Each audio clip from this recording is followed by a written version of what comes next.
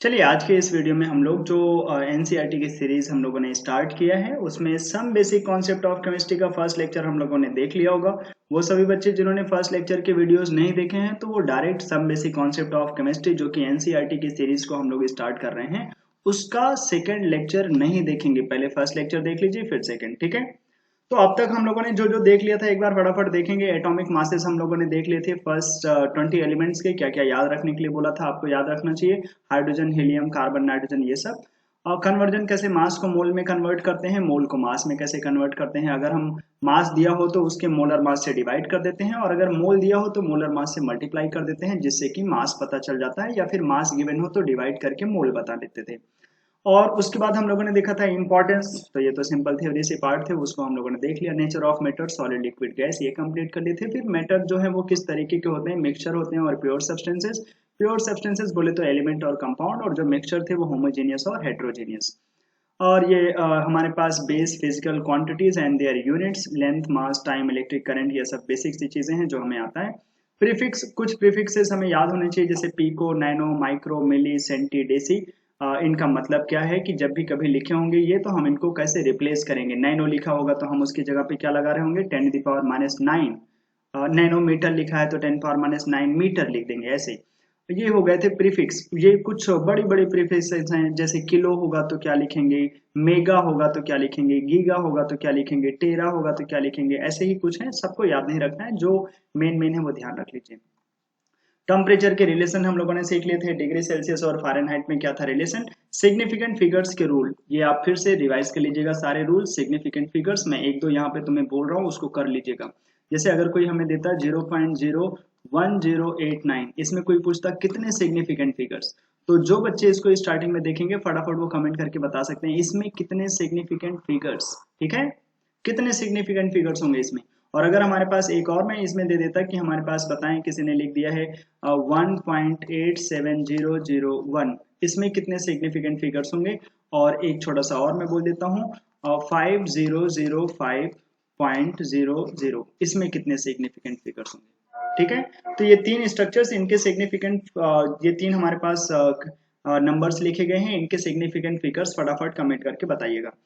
Significant figures हम लोगों ने कंप्लीट करके यहीं पे देख लिया था राउंड ऑफ कैसे करेंगे। राउंड ऑफ करने में जो लास्ट वाला रूल था वो बहुत प्यारा था, कि अगर हमारे पास सबसे लास्ट में 5 होगा तो अगर 5 से कम है रिमूव करेंगे तो वैसे ही छोड़ देते, 5 से ज्यादा होगा और उसको रिमूव करते तो उसके पहले वाले नंबर पे 1 ऐड कर देते।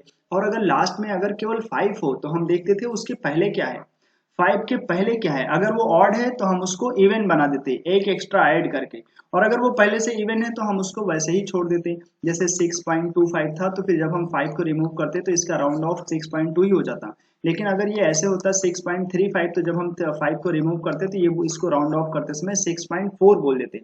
लास्ट का नंबर अगर 5 है और उसको रिमूव करें तो फिर रिमूव करने के पहले हमें ये देखना पड़ेगा उसके पहले क्या है। इवन है तो फिर उसको वैसे ही छोड़ देंगे, ऑड है तो एक एक्स्ट्रा ऐड कर देते थे। ये राउंड ऑफ, और इसके ऊपर हम लोगों ने फिर होमवर्क कर लिया था। लॉज ऑफ केमिकल कॉम्बिनेशन हम लोगों ने देख लिए थे फटाफट। और law of conservation of mass, फिर हम लोगों ने देखा लॉ ऑफ डेफिनेट प्रोपोर्शन की हर एक फॉर्मूले में वो चीजें चाहे जहां से लेकर आओगे डेफिनेट में रेशियो में रहेंगे वो सब। लॉ ऑफ मल्टीपल प्रोपोर्शन की दो लोग आपस में अगर रिएक्शन करेंगे तो एक का कांस्टेंट मास अगर ले लें तो दूसरे का जो मास का रेशियो होगा वो हमेशा एक ऑलवेज होल नंबर का रेशियो बनेगा। और लॉ ऑफ रेसिप्रोकल प्रोपोर्शन, जिसको समझना थोड़ा सा कॉम्प्लेक्स था क्योंकि 3 एलिमेंट इन्वॉल्व होते थे, तो बोलते थे दो एलिमेंट अगर आपस में रिएक्शन करेंगे तो उनका मास का जो रेशियो होगा, अगर वो दो एलिमेंट किसी तीसरे के साथ रिएक्शन कर जाएं कांस्टेंट मास में, तो फिर जब मास का रेशियो होगा और उस मास का रेशियो और जब वो आपस में रिएक्शन करेंगे उनके मास का रेशियो का जो रेशियो बनेगा वो एक सिंपल होल नंबर बनता। सुनने में बहुत कॉम्प्लेक्स लग रहा है, लास्ट लेक्चर देखेंगे तो आप बिल्कुल समझ में आया होगा ये क्या बोला गया है। अब आगे की तरफ चलते हैं, और एक बहुत प्यारे से साइंटिस्ट जिनको बोलने में लोगों को थोड़ा सा डर लगता है, लेकिन इनका पूरा नाम है जोसेफ लुइस गे लुसाइक्स। इन्होंने एक लॉ दिया और ये बताया ये है कि अगर हम कोई रिएक्शन लिखते हैं ना, जैसे मान लो हमारे पास मीथेन गैस है और हम इसको जला रहे हैं, ध्यान से देखिएगा, जब भी हम किसी को जलाएंगे तो अगर वो कार्बन और हाइड्रोजन का कंपाउंड है तो जो उसमें कार्बन है वो CO2 में चले जाते हैं और जो उसमें हाइड्रोजन है वो चले जाते हैं कहाँ पर, वाटर लिक्विड में। यहाँ 2 हाइड्रोजन है तो कितने वाटर बना देंगे, 2, और 1 कार्बन है तो 1 ही CO2। ऑक्सीजन बैलेंस कर लें, 2 ऑक्सीजन है, यहाँ पर 2 है और यहाँ पे 2 है, तो इधर हमारे पास 4 है, तो इसे बैलेंस करने के लिए 2 ऑक्सीजन लिखना पड़ेगा। अब अगर हम कोई बैलेंस रिएक्शन हमने लिख दिया तो ये बाबा ने क्या बताया, जोसेफ लुइस गे लुसैक्स ने, इन्होंने बस इतना बोला कि जब कोई रिएक्शन लिखा रहता है हमारे पास, केमिकल रिएक्शन, तो हम उसको वॉल्यूम के टर्म्स में बोल सकते हैं, इक्वल वॉल्यूम में वो कैसे एक दूसरे से रिएक्शन करते हैं। जैसे ये रिएक्शन लिखी है ना, तो मोल के टर्म्स में हमें बोलना होगा तो हम ऐसे बोलेंगे 1 mole methane gas will consume 2 moles of oxygen gas in order to produce 1 mole of CO2 gas and 2 mole of water liquid. अगर हमें 1 मोल CO2 चाहिए तो बोलेंगे कितना mole methane gas complete burn कर देना पड़ेगा, 1 मोल, मतलब कोफिशिएंट देख करके लैंग्वेज बोलते हैं, ठीक है। तो अगर जोसेफ बाबा ने बताया ये हमसे, जो गे लुसैक्स है, इन्होंने बताया कि हम इसको ऐसे बोल सकते हैं कि 1 volume of methane gas will react with 2 volume of oxygen gas in order to produce 1 volume of CO2 gas as well as 2 volume of water gas। अगर ये गैस में बना होगा तो, लिक्विड में बना होगा तो हम उसके बारे में नहीं बोलेंगे, जब गैसेस के बारे में ये रूल्स हैं अपने पास। तो जब भी कभी कोई रिएक्शन गैसियस फेज में चल रहा हो ना, तो हम उसको ऐसे बोल सकते हैं कि वो अपने वॉल्यूम के रिस्पेक्ट में भी वैसे ही रिएक्शन करेंगे जैसे वो मोल के रिस्पेक्ट में करते हैं। बस वॉल्यूम के टर्म्स में बोलते समय जोसेफ पापा ने बताया कि मान लेना कि प्रेशर और टेम्परेचर उस टाइम पे कांस्टेंट है, प्रेशर कांस्टेंट है, टेम्परेचर कांस्टेंट है, इन दोनों में कोई भी चेंजेस नहीं लेकर आएंगे, प्रेशर और टेम्परेचर कैसा रह जाएगा, कांस्टेंट। जैसे मैं एक प्यारा सा प्रोसेस लिखूं अमोनिया गैस बनाने के लिए, होता है कि नाइट्रोजन और हाइड्रोजन को आपस में मिलाओ तो ये रिएक्शन करके बना लेते हैं अमोनिया। बैलेंस करोगे तो देखो यहाँ 2 नाइट्रोजन है तो यहाँ डबल करना पड़ेगा, और यहाँ पे देखें हाइड्रोजन कितने हो गए 6, तो यहाँ पे लिखना पड़ेगा 3। तो ये इन्होंने जो लॉ बताया है, अब अगर इनके लॉ के हिसाब से लिखेंगे तो ऐसे लिखेंगे 1 volume of nitrogen gas will react with 3 volume of hydrogen gas in order to produce 2 volume of ammonia। अब ये बोलने का मतलब ये हो गया कि तुम इसको ऐसे लिख सकते हो, अगर किसी ने बोला हमारे पास नाइट्रोजन गैस है 10 ml, तो हम बोलेंगे अगर नाइट्रोजन 10 ml है तो हाइड्रोजन गैस की कितनी रिक्वायरमेंट होगी, 30 ml की। क्या करने के लिए, दो अमोनिया बन रहा है ना, तो हम बोलेंगे देखो 10 ml, अगर 1 ml होता तो फिर 3 ml लग जाता हाइड्रोजन गैस का, वॉल्यूम के टर्म्स में 1 वॉल्यूम इसका तो 3 वॉल्यूम हाइड्रोजन गैस का। तो अगर ये 10 वॉल्यूम है, 10 ml है, तो फिर हाइड्रोजन गैस हो जाएगा 30 ml, और जो अमोनिया बनेगा वो कितना बनेगा, फिर 20 ml बनेगा। ठीक है, समझ पा रहे हैं। जो इन्होंने बताया है कि हम रिएक्शन को वॉल्यूम के टर्म्स में बोल सकते हैं at constant temperature and pressure. ठीक है, समझ में आया। आगे चलते हैं, इनके लॉ को थोड़ा अच्छे से पढ़ते हैं। Gay Lussac's law of gaseous volumes, ये वही वाली चीज गैसियस वॉल्यूम को इन्होंने बताया। This law was given by the Gay Lussac's in 1818, बहुत सालों पहले। He observed that when gases combine or are produced in a chemical reaction, they do so in a simple ratio by volume। जब वो आपस में combine होते हैं किसी केमिकल रिएक्शन में तो वो सिंपल रेशियो में कंबाइन होते हैं। जैसे तुम अभी बोल रहे थे 1 वॉल्यूम 2 वॉल्यूम, ये सिंपल रेशियो ही तो है। Provided all gases at the same temperature and pressure, मतलब सेम टेम्परेचर प्रेशर की कहानी बोल रहे हो तब ऐसा चलेगा। जैसे अगर हमारे पास हाइड्रोजन गैस है और इसको हमने क्लोरीन गैस के साथ रिएक्शन करा दिया, बन गया 2 HCl गैस, तो इसको लैंग्वेज के टर्म्स में अपने मन से लिख लेंगे। क्या लिखेंगे, 1 volume of hydrogen gas will combine with 1 volume of chlorine gas in order to produce 2 volume of HCl। This is Gay Lussac's law at constant pressure and temperature. सब लोग गैस में होने चाहिए, तो सारे गैस में हैं और गैसेस के लिए है। अगर हम ऐसे बोलेंगे कि 10 ml ऑफ हाइड्रोजन गैस हमारे पास है तो हम बोलेंगे 10, अगर 1 वॉल्यूम होगा तो 1 ही वॉल्यूम लेगा क्लोरीन का भी, तो अगर ये 10 ml है तो क्लोरीन भी 10 ml लगेगा in order to produce 20 ml of HCl। समझ में आया। अगर 10 के लिए बात करेंगे तो वो 20 बन जाएंगे। जो कोफिशिएंट है उसी के रिस्पेक्ट में बोलेंगे, जो कोफिशिएंट है उसके रिस्पेक्ट में बोल रहे हैं कि 1 volume of hydrogen gas will combine with 1 volume of chlorine gas in order to produce 2 volume of HCl। Gay Lussac's law, ठीक है, कि वॉल्यूम के टर्म्स में हम रिएक्शन को लिख देंगे eight constant temperature and pressure. फिर पैदा हुए एक बहुत डेंजरस से इंसान, ध्यान से देख रहे हैं इनकी फोटो, एलियन जैसे लगते हैं, बहुत डेंजरस है, खूंखार, बाप रे, इन्होंने तो केमिस्ट्री में बिल्कुल तहलका मचा दिया। ये गांधी जी से भी पहले मर गए थे, बहुत पहले पैदा हुए थे, लेकिन इनका नाम एक बार देखो, Lorenzo Romano Amedeo Carlo Avogadro di Quaregna di Carreto, मतलब बहुत डेंजरस सा नाम है इनका। अल्टीमेटली लोग इनको याद रखते हैं ऐसे, एवोगैद्रो, ठीक है, इनका नॉर्मली लोग ऐसे याद रखते हैं एवोगैद्रो करके। या एवोगैड्रो या ऐसे ही हम लोग बोल देंगे, इनको एक नंबर जैसा बोल देते हैं। ये क्या चीज है, लास्ट दिन हम लोगों ने देखा था ना, एक छोटा सा नंबर आ जाता है कि जब भी कभी हम मोल बोल रहे थे तो मोल का मतलब क्या था, मोल है एक नंबर जैसा, बहुत सारी छोटी छोटी चीजें मिल जाएंगी तो वो मिल करके जब वो इतना हो जाएगा 6.022 इंटू 10⁻23 समथिंग, कोई भी चीज अगर इतना यूनिट हो जाएगा तो वो बनेगा 1 मोल। यही चीज पहले तो इन्होंने बताया, और इसीलिए इस नंबर को लोग एवोगैड्रो नंबर भी बोल देते हैं, एन करके एवोगैड्रो नंबर, ऐसे इनका नाम बहुत बड़ा है, बस एवोगैड्रो वाला वर्ड उठा लिया। तो एवोगैड्रो नंबर क्या है, 6.022 इंटू 10⁻23, ये बहुत बड़ा सा नंबर है।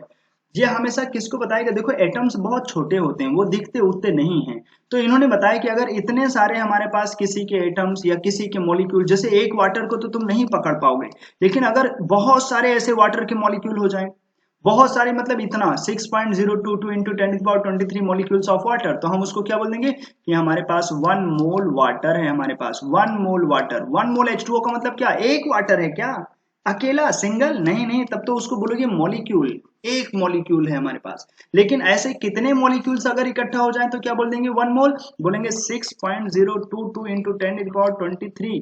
अगर मॉलिक्यूल्स इकट्ठा हो जाएंगे किसके, वाटर के, इतने मॉलिक्यूल्स ऑफ वाटर वो मिल करके बना देंगे 1 मोल वाटर, जिसका मास तुम बोल देते हो मोलर मास, एक मोल का मास। जो लास्ट दिन हम लोगों ने देखा था ना, हाइड्रोजन के लिए 1 होगा तो 2, हाइड्रोजन के लिए 2 और ऑक्सीजन के लिए 16, तो ये इसका मोलर मास कितना आ जाएगा, 18। तो ये जो एवोगैड्रो नंबर हमें मिला है, ये हमें बस बेसिक सा आइडिया बताता है कि इतने सारे एटम्स मिल करके ये बना देंगे। अब इनके लॉ के ऊपर आते हैं, इन्होंने क्या लॉ दिया है। तो लॉ इनका ये है, एवोगैड्रो लॉ, कि अगर हम कांस्टेंट प्रेशर और टेम्परेचर रखें, ध्यान से सुनेंगे, ये लैंग्वेज बाद में पढ़ेंगे, पहले समझते हैं। अगर कांस्टेंट टेम्परेचर और प्रेशर रखें तो फिर इक्वल वॉल्यूम ऑफ, ध्यान से देखना, एवोगैड्रो लॉ और गे-लुसैक्स लॉ अलग अलग है। उन्होंने केमिकल रिएक्शन के लिए बोला था, और जो एवोगैड्रो बाबा ने बोला है, ये जो एलियन भगवान है अपने पास, ये जो इन्होंने रिएक्शन के बारे में नहीं बताया, इन्होंने बोला कि अगर हमारे पास 2 कंटेनर हो, दोनों सेम टेम्परेचर प्रेशर पे हैं, जो प्रेशर यहाँ है वही प्रेशर यहाँ है, जो टेम्परेचर यहाँ है वही टेम्परेचर यहाँ है, तो फिर एवोगैड्रो बाबा ने बोला कि 2 कंटेनर जिनका प्रेशर और टेम्परेचर सेम है, तो फिर अगर उनका वॉल्यूम सेम होगा ना, इफ वो अगर हमारे पास 2 कंटेनर जिनका प्रेशर टेम्परेचर सेम है और अगर उनका वॉल्यूम भी सेम निकला, तो दोनों कंटेनर में equal number of gaseous molecules होंगे। यही उन्होंने बताया कि 2 कंटेनर जो कि कांस्टेंट प्रेशर और टेम्परेचर पे रखे हैं, कांस्टेंट टेम्परेचर मतलब वही सेम प्रेशर टेम्परेचर पे रखे हैं दोनों कंटेनर, तो अगर उनका वॉल्यूम सेम होगा, if both the containers are of same volume, then both will contain equal number of molecules of gases. ठीक है, मतलब इन्होंने बताया कि at constant temperature and pressure equal volume of gases contains equal molecules. Equal volume, इन्होंने volume को molecule से relate किया है, रिएक्शन कोई नहीं करा रहे हैं, बस इन्होंने बस ये बताया कि अगर इक्वल वॉल्यूम रहेगा तो इक्वल ही रहेंगे उसमें मॉलिक्यूल्स। ठीक है, जैसे कोई हमसे बोल दे कि हमारे पास है 1 लीटर एक कंटेनर है और उसको हमने प्रेशर और टेम्परेचर पे कुछ रख दिया है और उसमें ऑक्सीजन गैस है, और हमने एक और कंटेनर ले रखा है जिसमें हीलियम गैस है।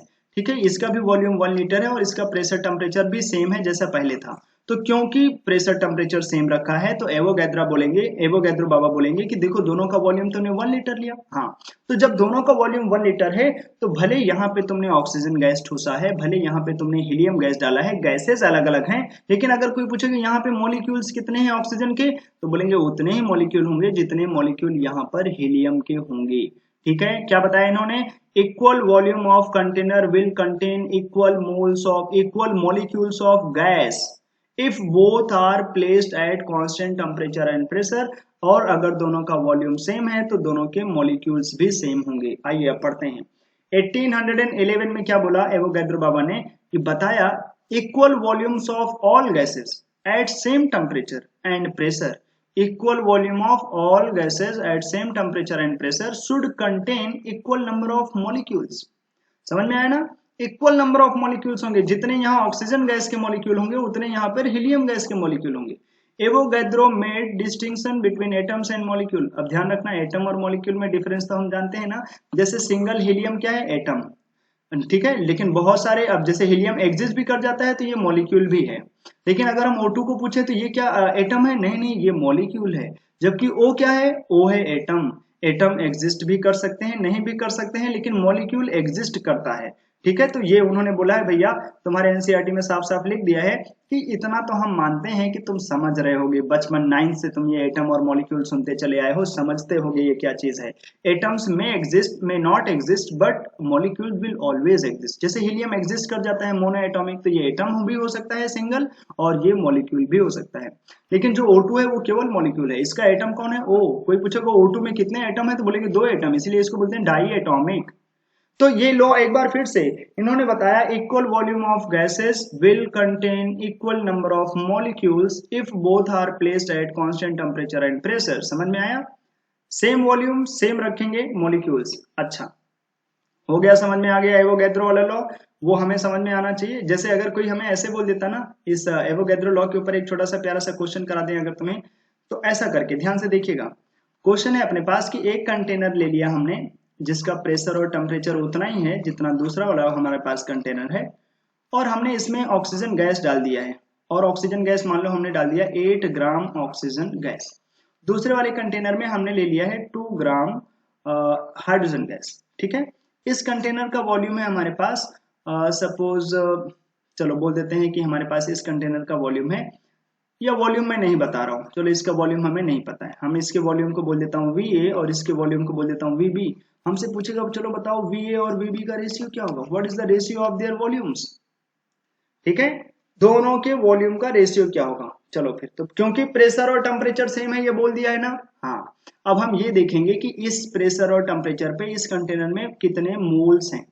मोल्स हैं उस गैस की, मोल पता होगा तो तुम उसमें अगर Na से मल्टीप्लाई कर दोगे ना तो तुम्हें पता चल जाएंगे मॉलिक्यूल्स, कितने मॉलिक्यूल मिल करके उसको बनाए होंगे। थोड़ी देर पहले डिस्कशन किया था ना कि 6.022 इंटू 10⁻23 मॉलिक्यूल्स मिल करके मोल बना देंगे। तो 8 ग्राम ऑक्सीजन गैस डाल रखा है इस कंटेनर में। 8 ग्राम को मैं क्या साफ साफ ऐसा लिख दूं, जो मैं उधर लिख रहा था उसको मैं फिर से इधर लिख देता हूं, क्योंकि तुमने एक कंटेनर में 8 ग्राम ऑक्सीजन गैस डाला था। क्या मैं साफ साफ बोल दूं, wait upon molecular wait, molecular weight O2 का कितना हो जाएगा भाई 32, ऑक्सीजन के लिए 16, दो ऑक्सीजन के लिए 32, वेट अपॉन मॉलिक्यूलर वेट से क्या पता चल जाएगा उसका मोल। इतने मोल से हमारे पास ऑक्सीजन गैस के। तो इसको अगर हम सॉल्व करेंगे तो कितना आ जाएगा 1/4, अगर हम इसको और थोड़ा सा सॉल्व करेंगे तो 0.25। इतने मोल्स हैं ऑक्सीजन गैस के इस कंटेनर में। ठीक है, इसमें मोल्स हैं कितना 0.25। अब दूसरे कंटेनर में तुम देखो, सेम प्रेशर टेम्परेचर पे वो है, और यहाँ पे जो हमारे पास हाइड्रोजन गैस रखा था वो कितना 2 ग्राम। अगर 2 ग्राम होगा तो मोल निकाल पाएंगे ना। मोल क्या होगा, weight upon molecular weight, weight 2, और हाइड्रोजन के लिए मॉलिक्यूलर वेट, हाइड्रोजन के लिए 1 होता था, 2 हाइड्रोजन के लिए भी तो 2 हो जाएगा, तो अल्टीमेटली 1 हो जाएगा। तो इस कंटेनर में 1 मोल है। अच्छा, अब एवोगैड्रो बाबा ने क्या बताया था भैया कि अगर दोनों का वॉल्यूम सेम होता तो दोनों के मॉलिक्यूल सेम होते। मॉलिक्यूल सेम होने का मतलब है मोल भी सेम होना। ठीक है, जब हम मॉलिक्यूल लेवल पे बात करते हैं तो 6.022 इंटू 10⁻23 को मिला करके बोल रहे होते हैं। अगर हम उसको एवोगैड्रो नंबर जैसा बोल दे तो बस ऐसे समझ लें कि इसका मतलब एवोगैड्रो बाबा ये भी बोल रहे हैं कि equal volume will contain equal number of moles. कभी मोल बोल देगा तो गड़बड़ बात नहीं है, मोल और मॉलिक्यूल आपस में रिलेट कर सकते हैं। बस जहां पे मोल निकालते हैं उसी में अगर Na से मल्टीप्लाई कर देंगे तो ये पूरा नंबर मॉलिक्यूल बन जाएगा। तो अगर हम Na हटा देंगे तो मोल बन जाएगा वो चीज। अच्छा, Na मतलब एवोगैड्रो नंबर वाला पार्ट। अब हमसे ध्यान से देखें, हमसे पूछ रहा था दोनों के वॉल्यूम का रेशियो बता दो ना, इसमें वॉल्यूम का क्या होगा उसमें वॉल्यूम क्या होगा। तो हम ऐसे बोलेंगे कि अगर दोनों का मोल्स, दोनों के मोल अगर सेम होते तो बोलते दोनों का वॉल्यूम भी सेम होगा। क्योंकि दोनों के मोल अलग अलग हैं, पक्का दोनों का वॉल्यूम भी अलग अलग होगा। और कैसे आएगा वो, यही तो एवोगैड्रो का लॉ है कि सेम टेम्परेचर एंड प्रेशर पे volume is directly proportional to number of moles. अगर वॉल्यूम सेम तो मोल सेम, अगर वॉल्यूम अलग, मोल अलग है तो वॉल्यूम भी अलग होगा। यही है एवोगैड्रो लॉ, इसको दिमाग में रख लीजिएगा। At constant temperature and pressure volume is directly proportional to number of moles. Mole को ही तुम मॉलिक्यूल्स जैसा भी बोल सकते हो। अगर तुम्हें लिखना है कहीं तो ऐसे लिख दो, at constant temperature and pressure Avogadro law states that volume is directly proportional to number of moles. अगर वॉल्यूम सेम तो मोल सेम, वॉल्यूम ज्यादा तो मोल्स ज्यादा। ठीक है, किसके, किसी गैस के लिए। ठीक है भाई, गैसियस के स्टेट पे ये सब बोला गया है। अब हमें पता है कि मोल इनके पता कर लिया ना, तो हम अगर इनके वॉल्यूम का रेशियो जानना चाहते हैं तो क्या हम साफ साफ इसको ऐसे लिख दें, VA divided by VB equals to Na divided by NB। क्योंकि तुम बोल रहे हो volume is directly proportional to moles, इसका मतलब वॉल्यूम का रेशियो मोल का रेशियो सेम होगा। तो मोल हाइड्रोजन गैस वाले में जो हमारे पास है वहां पे अगर हम इसको ए वाला कंटेनर बोल दें, दूसरे वाले को बी वाला कंटेनर बोल दें, तो जो हाइड्रोजन गैस है वो है 1 मोल और जो ऑक्सीजन गैस है वो है हमारे पास 1/4। तो अल्टीमेटली जो रेशियो हो जाएगा वो बन जाएगा 4:1, मतलब वॉल्यूम का रेशियो हो जाता है 4:1। एवोगैड्रो लॉ ध्यान रखिएगा, इसके ऊपर नेट एग्जाम में भी क्वेश्चन बन जाते हैं। At constant temperature and pressure volume is directly proportional to number of moles. Simple. अगर वॉल्यूम का रेशियो जानोगे, पूछ रहे हो तुम मेरे से, तो मैं मोल का रेशियो बता दूंगा, वही हो जाएगा वॉल्यूम का रेशियो। ठीक है भाई, चलते हैं एवोगैड्रो बाबा से आगे। चार्ल्टन बाबा, ये डॉल्टन, जॉल्टन नहीं भाई, माफ करें, जॉन डाल्टन। ये भी देखो, गांधी जी पैदा हो गए होंगे इस टाइम पे 1869 पे पैदा हुए थे ना वो। उन्होंने तो कुछ ऐसा कांड किया नहीं कि उनको पढ़ा जाए, मतलब कांड किया उन्होंने, देश को आजाद कराने में कुछ इधर उधर नौटंकी किया था। लेकिन जॉन डाल्टन के ऊपर आ जाते हैं, इधर देखते हैं। जॉन डाल्टन बाबा ने कुछ बताया अपने को, बहुत बेसिक बेसिक सी चीजें बताई थी, जिसमें से कुछ बातें आज के लिए सही हैं और कुछ बातें गलत हैं। तो आते हैं इनके डायरेक्ट, इनकी थ्योरी देखते हैं। Dalton's atomic theory. जाग रहे हैं ना भाई, जाग रहे होंगे तभी मजा आएगा। पहला बात इन्होंने बोला कि जो मैटर है ना वो बहुत छोटे छोटे एटम से मिलकर बना होता है और वो एटम इनविजिबल होते हैं, आंखों से दिखाई नहीं देते हैं। बात सही भी है, जो भी छोटा छोटा एटम बनता है उसको आंखों से थोड़ी ना देख सकते हैं। जैसे अकेला हाइड्रोजन एटम दिखता ही नहीं, अकेला हीलियम एटम दिखता नहीं, उल्टा वो तो छोड़ो, मॉलिक्यूल नहीं दिखता, अकेला वाटर थोड़ी ना देखा है कभी। अच्छा, मॉलिक्यूल, ये एटम एटम दिखते नहीं अपने को, ये बात अभी तक के लिए सही है। All atoms of A given element have identical properties. उन्होंने बोला एक एलिमेंट के लिए जो सारे एटम्स होंगे, जैसे हमने पता चला सोडियम ले लिया, तो वो बहुत सारे सोडियम से मिल करके बना है ना वो। जैसे अगर हम एच बोल रहे होंगे तो बहुत सारे एच से मिलके बना होगा। तो एक एलिमेंट जो कि सेम टाइप के एटम से मिलके बने होंगे, उनकी जो प्रॉपर्टीज हैं वो आइडेंटिकल होंगी, इंक्लूडिंग देयर मासेज, उनका मास भी सेम रहेगा।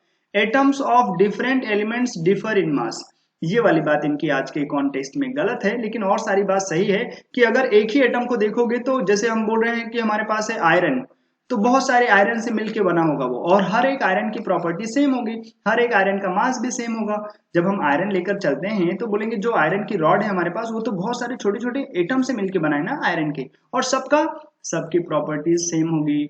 ऐसा नहीं कि हमें आयरन का टेस्ट करना है तो हम सब जगह से थोड़ा थोड़ा आयरन निकालेंगे, हम बोलेंगे कहीं से भी थोड़ा सा आयरन निकाल लो और उसका टेस्ट कराएंगे, रिएक्शन कराएंगे, तो वही होगी पूरे के पूरे आयरन के रॉड की प्रॉपर्टी। अब आगे जो बोला है इन्होंने ना, atoms of different elements differ in mass, Dalton's atomic theory में, कि डिफरेंट एलिमेंट्स के जो एलिमेंट एटम्स हैं वो हमेशा ही डिफर करेंगे मास में।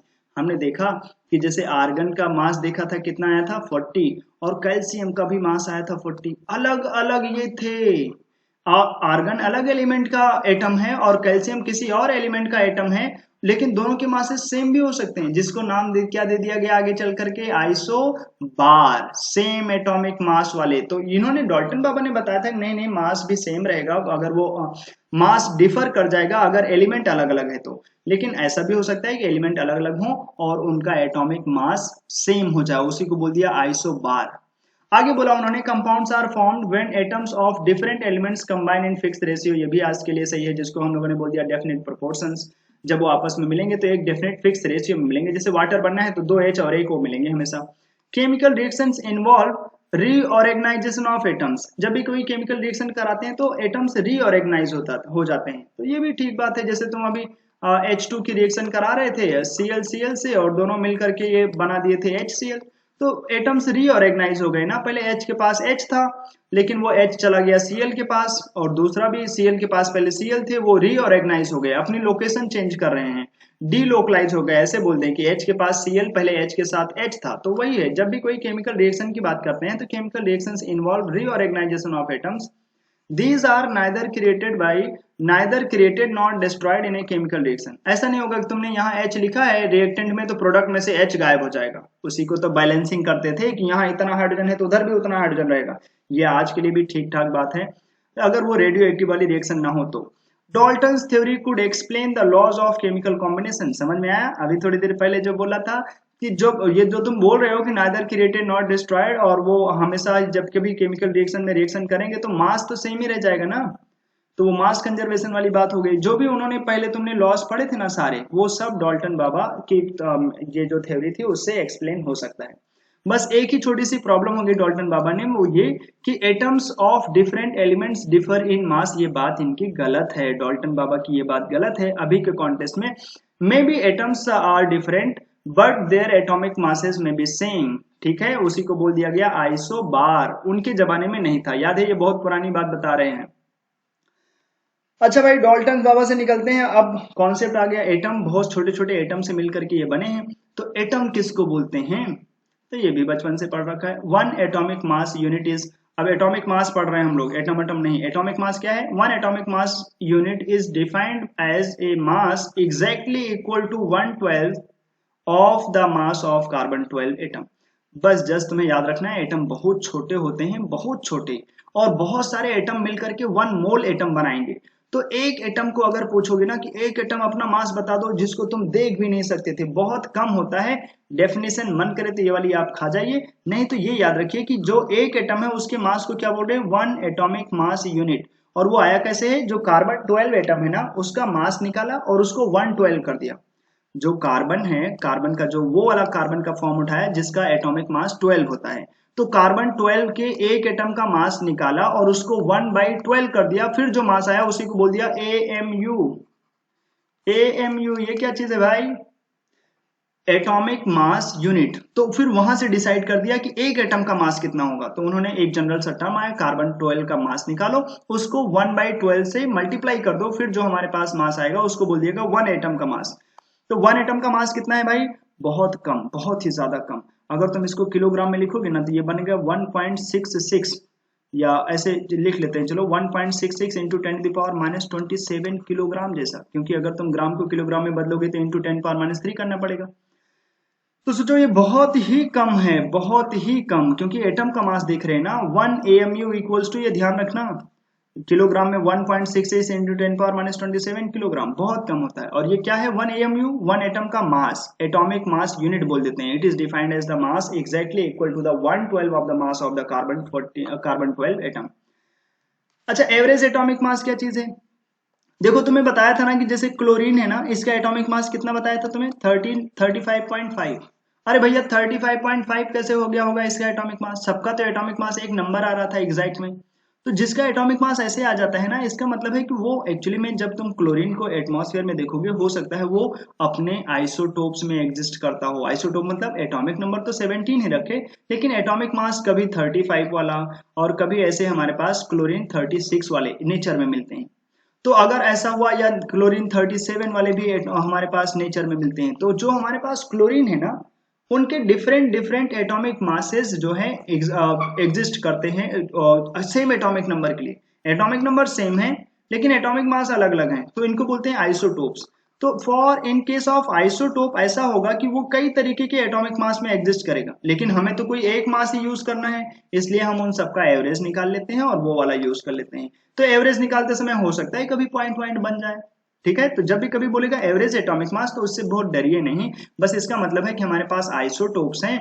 तो आइसोटोप तो हम जानते ही हैं, आइसोटोप मतलब सेम एटॉमिक नंबर होगा लेकिन उनके एटॉमिक मासेस अलग अलग होंगे। तो क्योंकि एटॉमिक मासेस उसी एक ही एटम के ही वो सारे एटॉमिक मास है ना, तो हमसे कोई पूछेगा एक एटॉमिक मास बताओ, तो कौन सा एक बताएंगे, हमें तो कोई एक बताने के लिए फिर बोलेंगे सबका एवरेज ले लो, कितना परसेंट ये नेचर में मिल रहा है, कितना परसेंट ये नेचर में मिल रहा है, कितना परसेंट ये नेचर में मिल रहा है, सबको ऐड कर लेंगे उसी के परसेंटेज के हिसाब से, ठीक है भाई। चलिए, जैसे यहाँ पे हमारे पास एक एग्जांपल दिया गया है कार्बन वाले के लिए, कि बोल रहा है कार्बन जो है अपने नेचर में 3 फॉर्म में एग्जिस्ट करते हैं, एक तो कार्बन 12 वाला, एक कार्बन 13 वाला और एक कार्बन 14। लेकिन हमने तुम्हें कार्बन का क्या एटॉमिक मास याद कराया था, 12, याद है, कार्बन 12, नाइट्रोजन के लिए कितना बोल रहे थे, 14। क्यों, क्योंकि देखो जब हम एवरेज निकालेंगे ना तो ये 12 ही आएगा। अब कैसे आया, एग्जिस्ट करता है वो 12 में भी, 13 में भी, 14 में भी, लेकिन ध्यान से देखें 12 में कितना परसेंट है, 98.892। और कार्बन 13 वाला जो एटमॉस्फेयर में एग्जिस्ट कर रहा है वो कितना, 1.108। और कार्बन 14 जो कि रेडियो एक्टिव नेचर का होता है, रेडियो एक्टिव। अच्छा, रेडियो एक्टिव का मतलब ये ऐसा नहीं होता कि रेडियो पे एक्टिव होगा और बोलेगा हेलो, ऐसे करके कुछ नहीं, ठीक है, गाना सुनाएगा तुम्हें, ऐसा कुछ नहीं। रेडियो एक्टिव मतलब वो खुद ही डिकम्पोज करते रहते हैं। तो ध्यान से देखो परसेंटेज एबंडेंस जो कार्बन 14 वाला है वो देख रहे कितना है, 2 × 10⁻10, 2 × 10⁻10, मतलब लिखोगे तो इसको कैसे लिखोगे, 0.00000 ऐसे करके लिखना पड़ेगा, ये बहुत कम है। तो हमें कैसे निकालेंगे किसी का एवरेज एटॉमिक मास? तो ध्यान देखिए, अगर कोई आइसोटोप होगा तो उसका डिफरेंट डिफरेंट परसेंटेज एग्जिस्ट करेगा नेचर में। तो कोई है जो ज्यादा एग्जिस्ट कर सकता है, कोई है जो कम एग्जिस्ट कर सकता है, तो वो परसेंटेज हमें पता होगा। तो हम क्या करेंगे ना, उसके एटॉमिक मास से उसके जो उसका एटॉमिक मास है उसके जो परसेंटेज वैल्यू है उससे मल्टीप्लाई कर देंगे कि ये वाला नेट में कितना मिलेगा फिर हमारे पास। तो देखो यहाँ पे कार्बन 12 वाला कितना परसेंट है, 98.892 ना, तो जो परसेंटेज वैल्यू थी उसको 12 से मल्टीप्लाई कर दिया, क्योंकि परसेंटेज था और तुम एग्जैक्ट मास निकालने चल रहे हो तो उसको 100 से डिवाइड कर दिया। मतलब नेट में उन्होंने ऐसे लिखा है 98.892 डिवाइडेड बाई 100 इंटू 12, ये हो गया कार्बन 12 से कितना मास आएगा। और ऐसे कार्बन 13 जो हम एवरेज निकालने चल रहे, ये हो गया कार्बन 12 से, कार्बन 13 से कितना 1.108 डिवाइडेड बाई 100 इंटू कार्बन 13। फिर ऐसे दो जो हमारे पास कार्बन 14 है वहां से बोलेंगे 2 इंटू 10⁻⁻10 डिवाइडेड बाई 100 इंटू इसका मास, वो कितना है हमारे पास 14। तो बस अब इन तीनों का मास निकाल लेंगे, उसी को ऐड कर देंगे, इसी को बोलेंगे एवरेज एटॉमिक मास। एवरेज एटॉमिक मास निकालना हो तो कैसे निकालें, उसके परसेंटेज को 100 से डिवाइड करो और मल्टीप्लाई कर दो उसके मॉलिक्यूलर मास से। अब अगर ये कई लोग हैं तो सबको बार बार लिख करके ऐड कर दो, बस आ जाएगा एवरेज एटॉमिक मास। ठीक है भाई, कि कार्बन 12 वाला था, कार्बन 13 वाले थे, कार्बन 14 वाले थे, तो सबको हमने लिखा और सबको ऐड कर दिया, तो जो आएगा वो हो जाएगा एवरेज एटॉमिक मास। तो हम जो कार्बन 12 बोलते हैं एक्चुअली में वो हम एवरेज एटॉमिक मास बोलते हैं। 12.011 को अप्रोक्सीमेटली 12 ले सकते हैं ना भाई, तो 12 लेकर चले जाते हैं बस। ये हो गया एवरेज एटॉमिक मास, मॉलिक्यूलर मास वाली बात। मॉलिक्यूलर मास समझ रहे ना, कि हमारे पास मॉलिक्यूल बना है, एलिमेंट्स आपस में मिलकर के मॉलिक्यूल बना दिए, जैसे वाटर एक मॉलिक्यूल है, CO2 एक मॉलिक्यूल है, 2 ऑक्सीजन और एक कार्बन मिलकर के बना रहे हैं। तो इसका जब हम मास देखेंगे एक मॉलिक्यूल का, तो एक मॉलिक्यूल का जब मास देखोगे तो वो हम मोल, उसको वैसे नहीं बोलेंगे कि वो ग्राम पर मोल, बस उसका मास जब निकालेंगे तो वो आएगा वही एटॉमिक मास यूनिट वाले टर्म में। जैसे इसका कोई पूछे तो हम बोलेंगे कार्बन के लिए तो 12, ऑक्सीजन के लिए हमारे पास कितना 16 इंटू 2, तो ये टोटल आ जाता है 44। तो ये 1 मॉलिक्यूल का मास हो गया, इसलिए बोल रहे हैं इसको मॉलिक्यूलर मास। ठीक है, इसकी यूनिट अगर कोई पूछेगा ना तो लिखना AMU, लिखेंगे AMU, क्योंकि AMU एक एक्चुअली में कन्वर्जन जैसा है ना। 1 atomic mass unit equals to 1.66 into 10⁻⁻27 kilogram, gram में लिखना होगा तो 1.66 इंटू 10⁻⁻20, इसमें 10⁻³ से मल्टीप्लाई कर देंगे तो ये बन जाएगा 10⁻⁻24 ग्राम, इतना ग्राम। तो इतने से मल्टीप्लाई कर देंगे 44 को तो निकलेगा इसका हमारे पास ग्राम में मास निकल आएगा। कि अगर तुम एक मॉलिक्यूल का मास निकालना चाहते तो जो तुम ये आता है 44 एक मॉलिक्यूल के लिए। अगर यही कोई बोलेगा मोलर मास बताओ, मोलर मास, तो यही बोलेंगे 44 ही बोलेंगे CO2 के लिए, बस उस टाइम पे बोल देंगे ये 1 मोल का मास है, डायरेक्ट ग्राम में लगा देंगे। 1 मोल का मास अक्सर उसकी यूनिट आएगी ग्राम पर मोल, 1 मोल का मास यही है। तो मॉलिक्यूलर मास कैसे निकालते हैं, जो तुम्हारे पास एवरेज मासेस आए थे उसी को रख करके निकाल देते हैं। CH4 के लिए निकालना हो तो क्या लिखोगे, कार्बन के लिए 12, हाइड्रोजन के लिए 4 इंटू 1 आ जाएगा CH4 का मॉलिक्यूलर मास, एक मॉलिक्यूल का मास। ऐसे कोई पूछे वाटर का मास, जानते हैं भाई, calculate the molecular mass of C6H12O6 जिसको बोलते हैं ग्लूकोज, तो फिर भाई कार्बन के लिए लिख दो 6 इंटू 12, और फिर ऑक्सीजन के लिए वो हाइड्रोजन के लिए क्या हो जाएगा 12 इंटू 1, और ऑक्सीजन के लिए 6 इंटू 16, क्योंकि ऑक्सीजन के लिए 16 होता है। सॉल्व कर लेंगे इसको, लगभग 180 आ जाता है, तो ग्लूकोज का लोग ऐसे याद भी रह जाता है, 180 जैसा हो जाएगा। अच्छा ठीक है भाई, मॉलिक्यूलर मास तो जानते थे, नहीं जानते हैं तो ये कैसा टर्म है, ये फॉर्मूला मास बोल रहा है। अगर कोई हमारे पास, देखिए ध्यान से, बहुत सारे मास मिले, एटॉमिक मास एटम का मास हो गया, मॉलिक्यूलर मास मॉलिक्यूल की मास, और जो फॉर्मूला मास हम लोग बोलने चल रहे हैं ये क्या चीज है। एक्चुअली में कुछ लोग बहुत धोखेबाज होते हैं, दिखते जैसे हम लिखते हैं NaCl, तो अगर तुम इसके फॉर्मूला से पूछो तुम्हारा मास कितना है तो बोलेगा देखो भैया सोडियम के लिए तो 23 और क्लोरीन के लिए 35.5, तो टोटल हमसे पूछोगे तो हम बता देंगे 58.5, लेकिन एक्चुअली में तुमने इसके फॉर्मूले का मास बताया। लेकिन जो ये NaCl है ना, शैतान ऐसे नहीं रहता है, ये एग्जिस्ट करता है ना तो एक क्यूब जैसे स्ट्रक्चर में आता है, और इसका जो सबसे छोटा यूनिट सेल है, मतलब सबसे छोटे से पार्ट का अगर तुम मास बनाओगे ना तो उसमें भी ये अकेला नहीं, ये 4 लोग होते हैं। जब हम NaCl के बारे में किसी दिन रियल में पढ़ेंगे ना, एक चैप्टर है हमारे पास क्लास 12 का फर्स्ट चैप्टर जिसको बोलते हैं सॉलिड स्टेट, और वहां पे देखते हैं कि ये NaCl सॉलिड में रहता कैसे है, NaCl सॉलिड में रहता कैसे है। तो जब हम इसको सॉलिड में रखने जाएंगे ना तो देखेंगे कि जब हम इसका सबसे छोटा घर बनाएंगे, सबसे छोटा घर बनाएंगे उसमें भी एक NaCl नहीं होता, 4 NaCl होते हैं, 4 मॉलिक्यूल्स ऑफ NaCl रहते हैं, लेकिन फिर भी हम केवल एक ही का बता रहे हैं मॉलिक्यूलर मास, मतलब हम केवल फॉर्मूले का मास बता रहे हैं, उसके यूनिट सेल से नहीं देख रहे हैं कि तुम्हारा सबसे छोटा सा यूनिट सेल में तो 4 NaCl हो रहा है, तुम्हारा मास बोलना चाहिए 58.5 इंटू 4 करके। मतलब अगर कोई हमारे पास सॉल्ट होता है ना, तो वो जब सॉलिड स्टेट में लगते हैं तो वो डिफरेंट तरीके से लगते हैं, लेकिन क्योंकि हम उनके सॉलिड स्टेट के हिसाब से मास नहीं बताते हैं, बस हम उसका फॉर्मूला लिख करके मास बता देते हैं, इसीलिए बोलते हैं उसको फॉर्मूला मास। किसके किसके लिए ये वाला टर्म आएगा? जो सॉल्ट्स होंगे। जैसे कोई पूछेगा MgCl2, तो हम इसका केवल फॉर्मूले के हिसाब से मास बता देंगे कि मैग्नीशियम का 24, क्लोरीन का 35.5, 2 लोग लगे हैं 3/2। तो ये तुमने केवल फॉर्मूले का मास बताया, ये नहीं देखा कि MgCl2 रियल में सॉलिड स्टेट में कैसे लगे होते हैं। ठीक है, कि उसका सबसे छोटा सा जब हम घर देखेंगे तो उसका मास कितना होगा, क्योंकि नॉर्मली जब हम बात करते हैं मॉलिक्यूलर मास की, तो मॉलिक्यूलर मास क्या था? सबसे छोटे से मॉलिक्यूल का मास, वाटर का 18 करके है, AMU जैसा, CO2 के लिए ऐसे 44 करके एक मॉलिक्यूल का मास। मोलर मास तो वो तो बहुत बड़ा सा हो गया कि बहुत सारे मॉलिक्यूल को मिला करके तुमने मास निकाल लिया, लेकिन फॉर्मूला मास क्या है? फॉर्मूला मास उसके फॉर्मूले को देख करके तुम मास बता रहे, उसका स्ट्रक्चर देख करके नहीं, क्योंकि उसके स्ट्रक्चर में बहुत सारे लोग हैं। जैसे देखो यहाँ पे बोला गया सम सब फॉर्मूला मास के बारे में जो बोल रहा है, मैं इधर देख रहा हूँ, मतलब इसको ध्यान से देखते रहें। Some substances such as sodium chloride do not contain discrete molecules as their constituent units। अच्छा, समझ में नहीं आया क्या बोल रहा है? अरे मतलब यही बोल रहा है अपने से कि जब हम NaCl के बारे में पढ़ते हैं, तो जब हम उसका यूनिट सेल देखते हैं ना, यूनिट सेल मतलब उसका जो सबसे छोटा सा यूनिट है, सबसे छोटा सा घर एक क्यूब जैसा होता है, तो जब सबसे छोटे से घर में जाके देखते हैं ना, वहां पर भी वो 4 लोग रहता है, 4 NaCl रहते हैं एक साथ, लेकिन हम चारों का मास नहीं बोलते हैं। जब हमसे कोई पूछता है तो हम केवल एक का मास बताते हैं। ठीक है, देखो आगे बोल रहा है, in such compounds positive and negative entities are arrange in 3 dimensional structure. वही मैं बोल रहा कि NaCl में 4 लोग NaCl जैसे लगे हैं ना, तो बहुत सारे Na+Cl Na+Cl 3 dimensional 3D state में है, क्यूब बता रहे हैं ना, तो वो 3 डायमेंशनल जैसे हैं, लेकिन फिर भी हम लोग इनके स्ट्रक्चर को ना देख करके बस केवल फॉर्मूला देखा और मास बता दिया, उसी को बोल रहे हैं फॉर्मूला मास। किसके लिए ये चीजें वैलिड हैं? सॉल्ट्स के लिए। सॉल्ट के लिए हमेशा हम फॉर्मूले का मास बता देते हैं बस। ठीक है भाई, ये फिगर उन्होंने बना के दिया है NaCl का, किसी दिन हम क्लास 12 में पढ़ रहे होंगे सॉलिड स्टेट वाले चैप्टर को, वो भी सीख जाएंगे। चलिए, अच्छा फॉर्मूला मास समझ में आ गया होगा। अब आते हैं एक कॉन्सेप्ट पे। एक तो मोलर मास, इसके बारे में डिस्कशन हम कर चुके हैं, एक मोल का मास, और ये मोल कॉन्सेप्ट। मोल का कॉन्सेप्ट क्या है, समझ में आया है? मोल का कॉन्सेप्ट वही कि एवोगैद्रो नंबर एक डिजाइन हुआ। एवोगैद्रो नंबर के बारे में थोड़ी देर पहले हम लोगों ने बात किया है कि जो एवोगैद्रो मतलब ये जो बड़ा सा नंबर आता है 6.022 इंटू 10 टू द पावर, क्योंकि इतना बड़ा तो बहुत बड़ा सा है, इसको लिखेंगे कैसे? तो इसको ऐसे लिख देते हैं 6.022 इंटू 10 टू द पावर 23।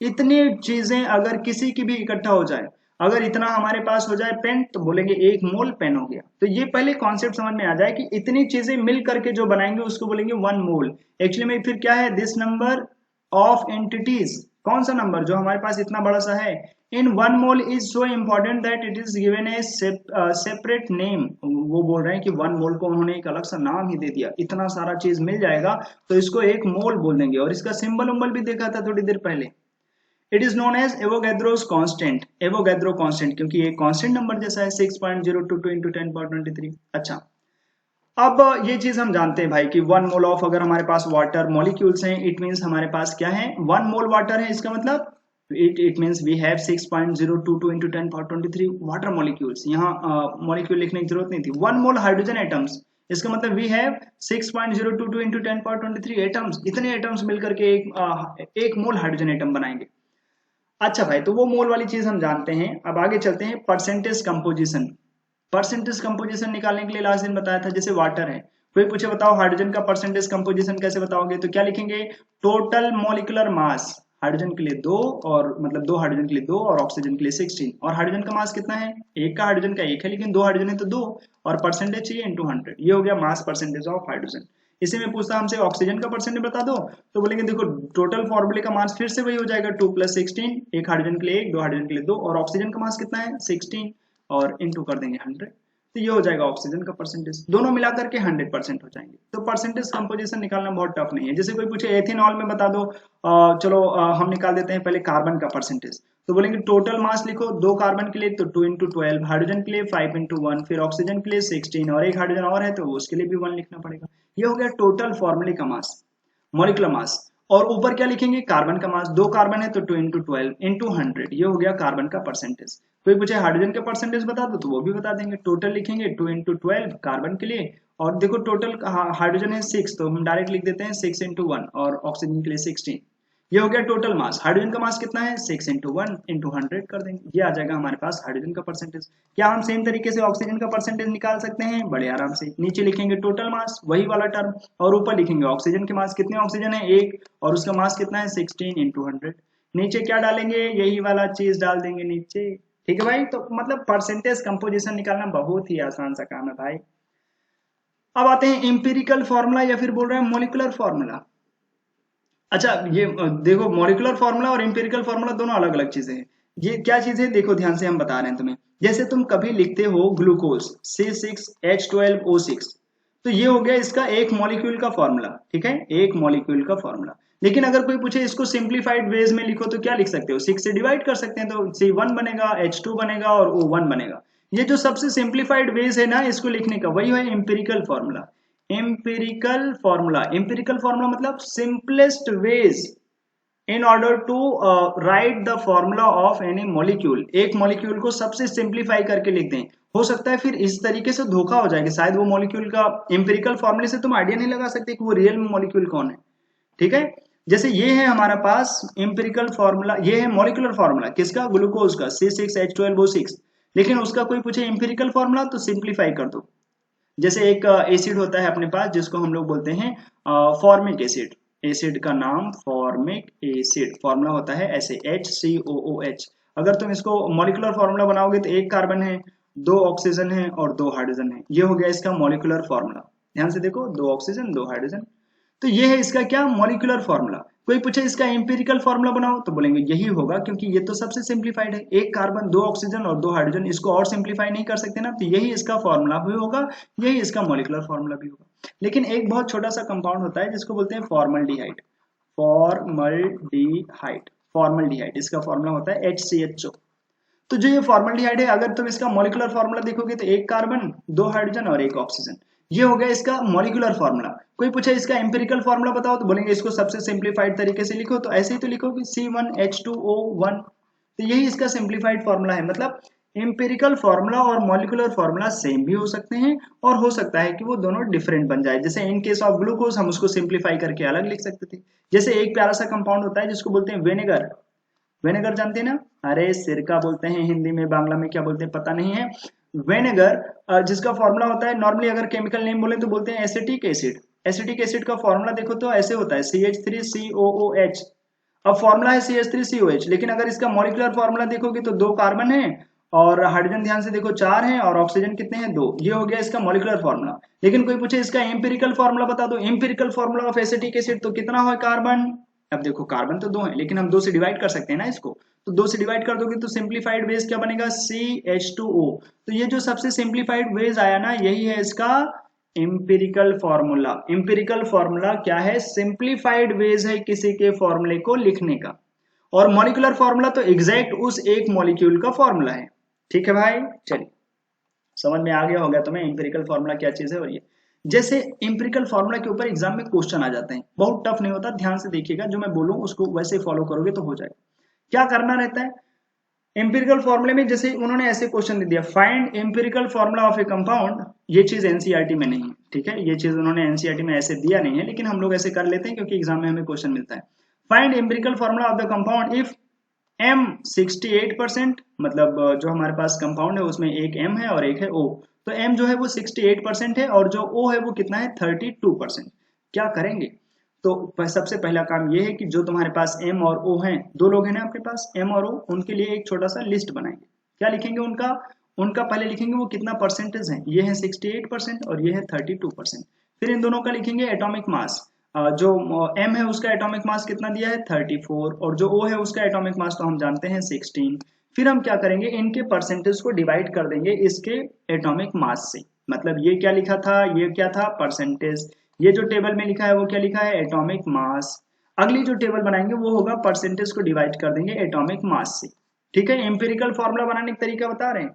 सीखा तो दिया एम्पिरिकल फॉर्मूला क्या था, लेकिन क्वेश्चन ऐसे आएगा, बोल देगा ये इतना परसेंट है, वो उतना परसेंट है, बताओ इसका एम्पिरिकल फॉर्मूला। जैसे ऐसे ही क्वेश्चन इस बार नीट में आ गया, तो क्या करना है, पहले परसेंटेज लिख लिया, फिर लिख लिया उसका एटॉमिक मास, फिर क्या करेंगे, फिर डिवाइड करेंगे उसके परसेंटेज को उसके एटॉमिक मास से।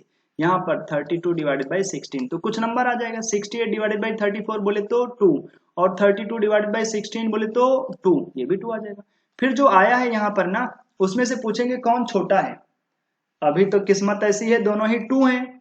अगर ये दोनों अलग अलग होते, मान लो एक 2 आया एक 3 आया, तो हम बोलते कौन छोटा है। जो छोटा होगा ना उससे दोनों को डिवाइड कर देंगे। अभी तो दोनों ही 2 हैं, तो 2 से डिवाइड कर दो तो क्या मिलेगा 1, इधर भी मिलेगा 1। अब जो ये 1 1 मिला है ना, वो बता रहा है ये कि जो हमारे पास मॉलिक्यूलर फॉर्मूला, जो एम्पिरिकल फॉर्मूला बनाएंगे तो उसमें एक ही होगा M और एक ही होगा O। ये आया empirical formula. Real formula of compound भगवान जाने, क्योंकि इंपेरिकल फॉर्मूले से हम रियल फॉर्मूले की तरफ नहीं जा सकते। हाँ, बस इतना बता सकते हैं कि जो हमारे पास मॉलिक्यूल का फॉर्मूला रहा होगा, मॉलिक्यूलर फॉर्मूला, वो MO होल N रहा होगा। हो सकता है वो N1 हो जाए, हो सकता है वो N2 हो जाए, हो सकता है वो N3 हो जाए, तो M3O3 M4O4 ऐसे करके कंपाउंड बन सकता है। ठीक है भाई, तो एम्पिरिकल फॉर्मूला पूछने का तरीका अब तो हो गया इसका आंसर।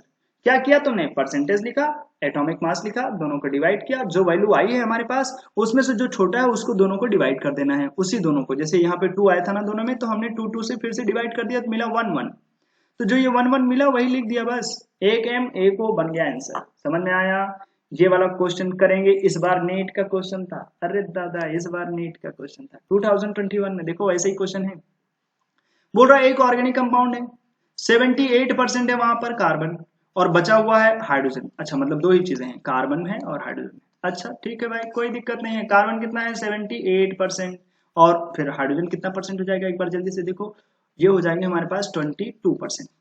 ठीक है, मास तो हम जानते हैं, कार्बन का एटॉमिक मास कितना 12, और हाइड्रोजन का कितना 1। दे भी दिया है कि अगर तुम गधे हो तो देख लो इधर। चलो भाई, दे दिया है, ठीक है। अब क्या करेंगे, डिवाइड करेंगे 78 डिवाइडेड बाई 12 और 22 डिवाइडेड बाई 1, करेंगे ऐसे डिवाइड। अब देखो 12 से डिवाइड करोगे तो ये हमारे पास कुछ मिलेगा अप्रोक्सीमेटली। इसको देखें, टेबल थोड़ा सा देखें और फिर हमें वैल्यू मिल जाएगी। इसको सॉल्व करेंगे तो ये एग्जैक्ट हमें मिल जाएगा 6.5, और ये 22 डिवाइडेड बाई 1, ये तो हम समझ रहे हैं कितना मिलेगा, ये तो मिलेगा 22।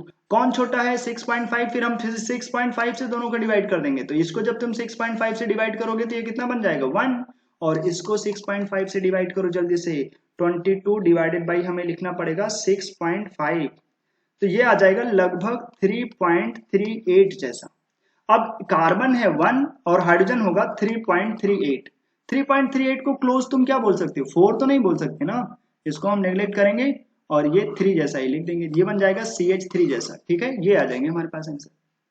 देखिए भाई, 3.38 को तुम 4 नहीं बोल सकते, वो तो बहुत ज्यादा। अगर ये ऐसे होता 3.98 तो हम बोल देते 4। अब ये तो 3.38 जैसा आ रहा है, इसलिए बोल देंगे CH3। आंसर हो गया ये लास्ट पार्ट, इंपेरिकल फॉर्मूला। क्या करना है, बहुत सिंपल सा काम, परसेंटेज लिखा, एटॉमिक मास लिखा, डिवाइड कर दिया।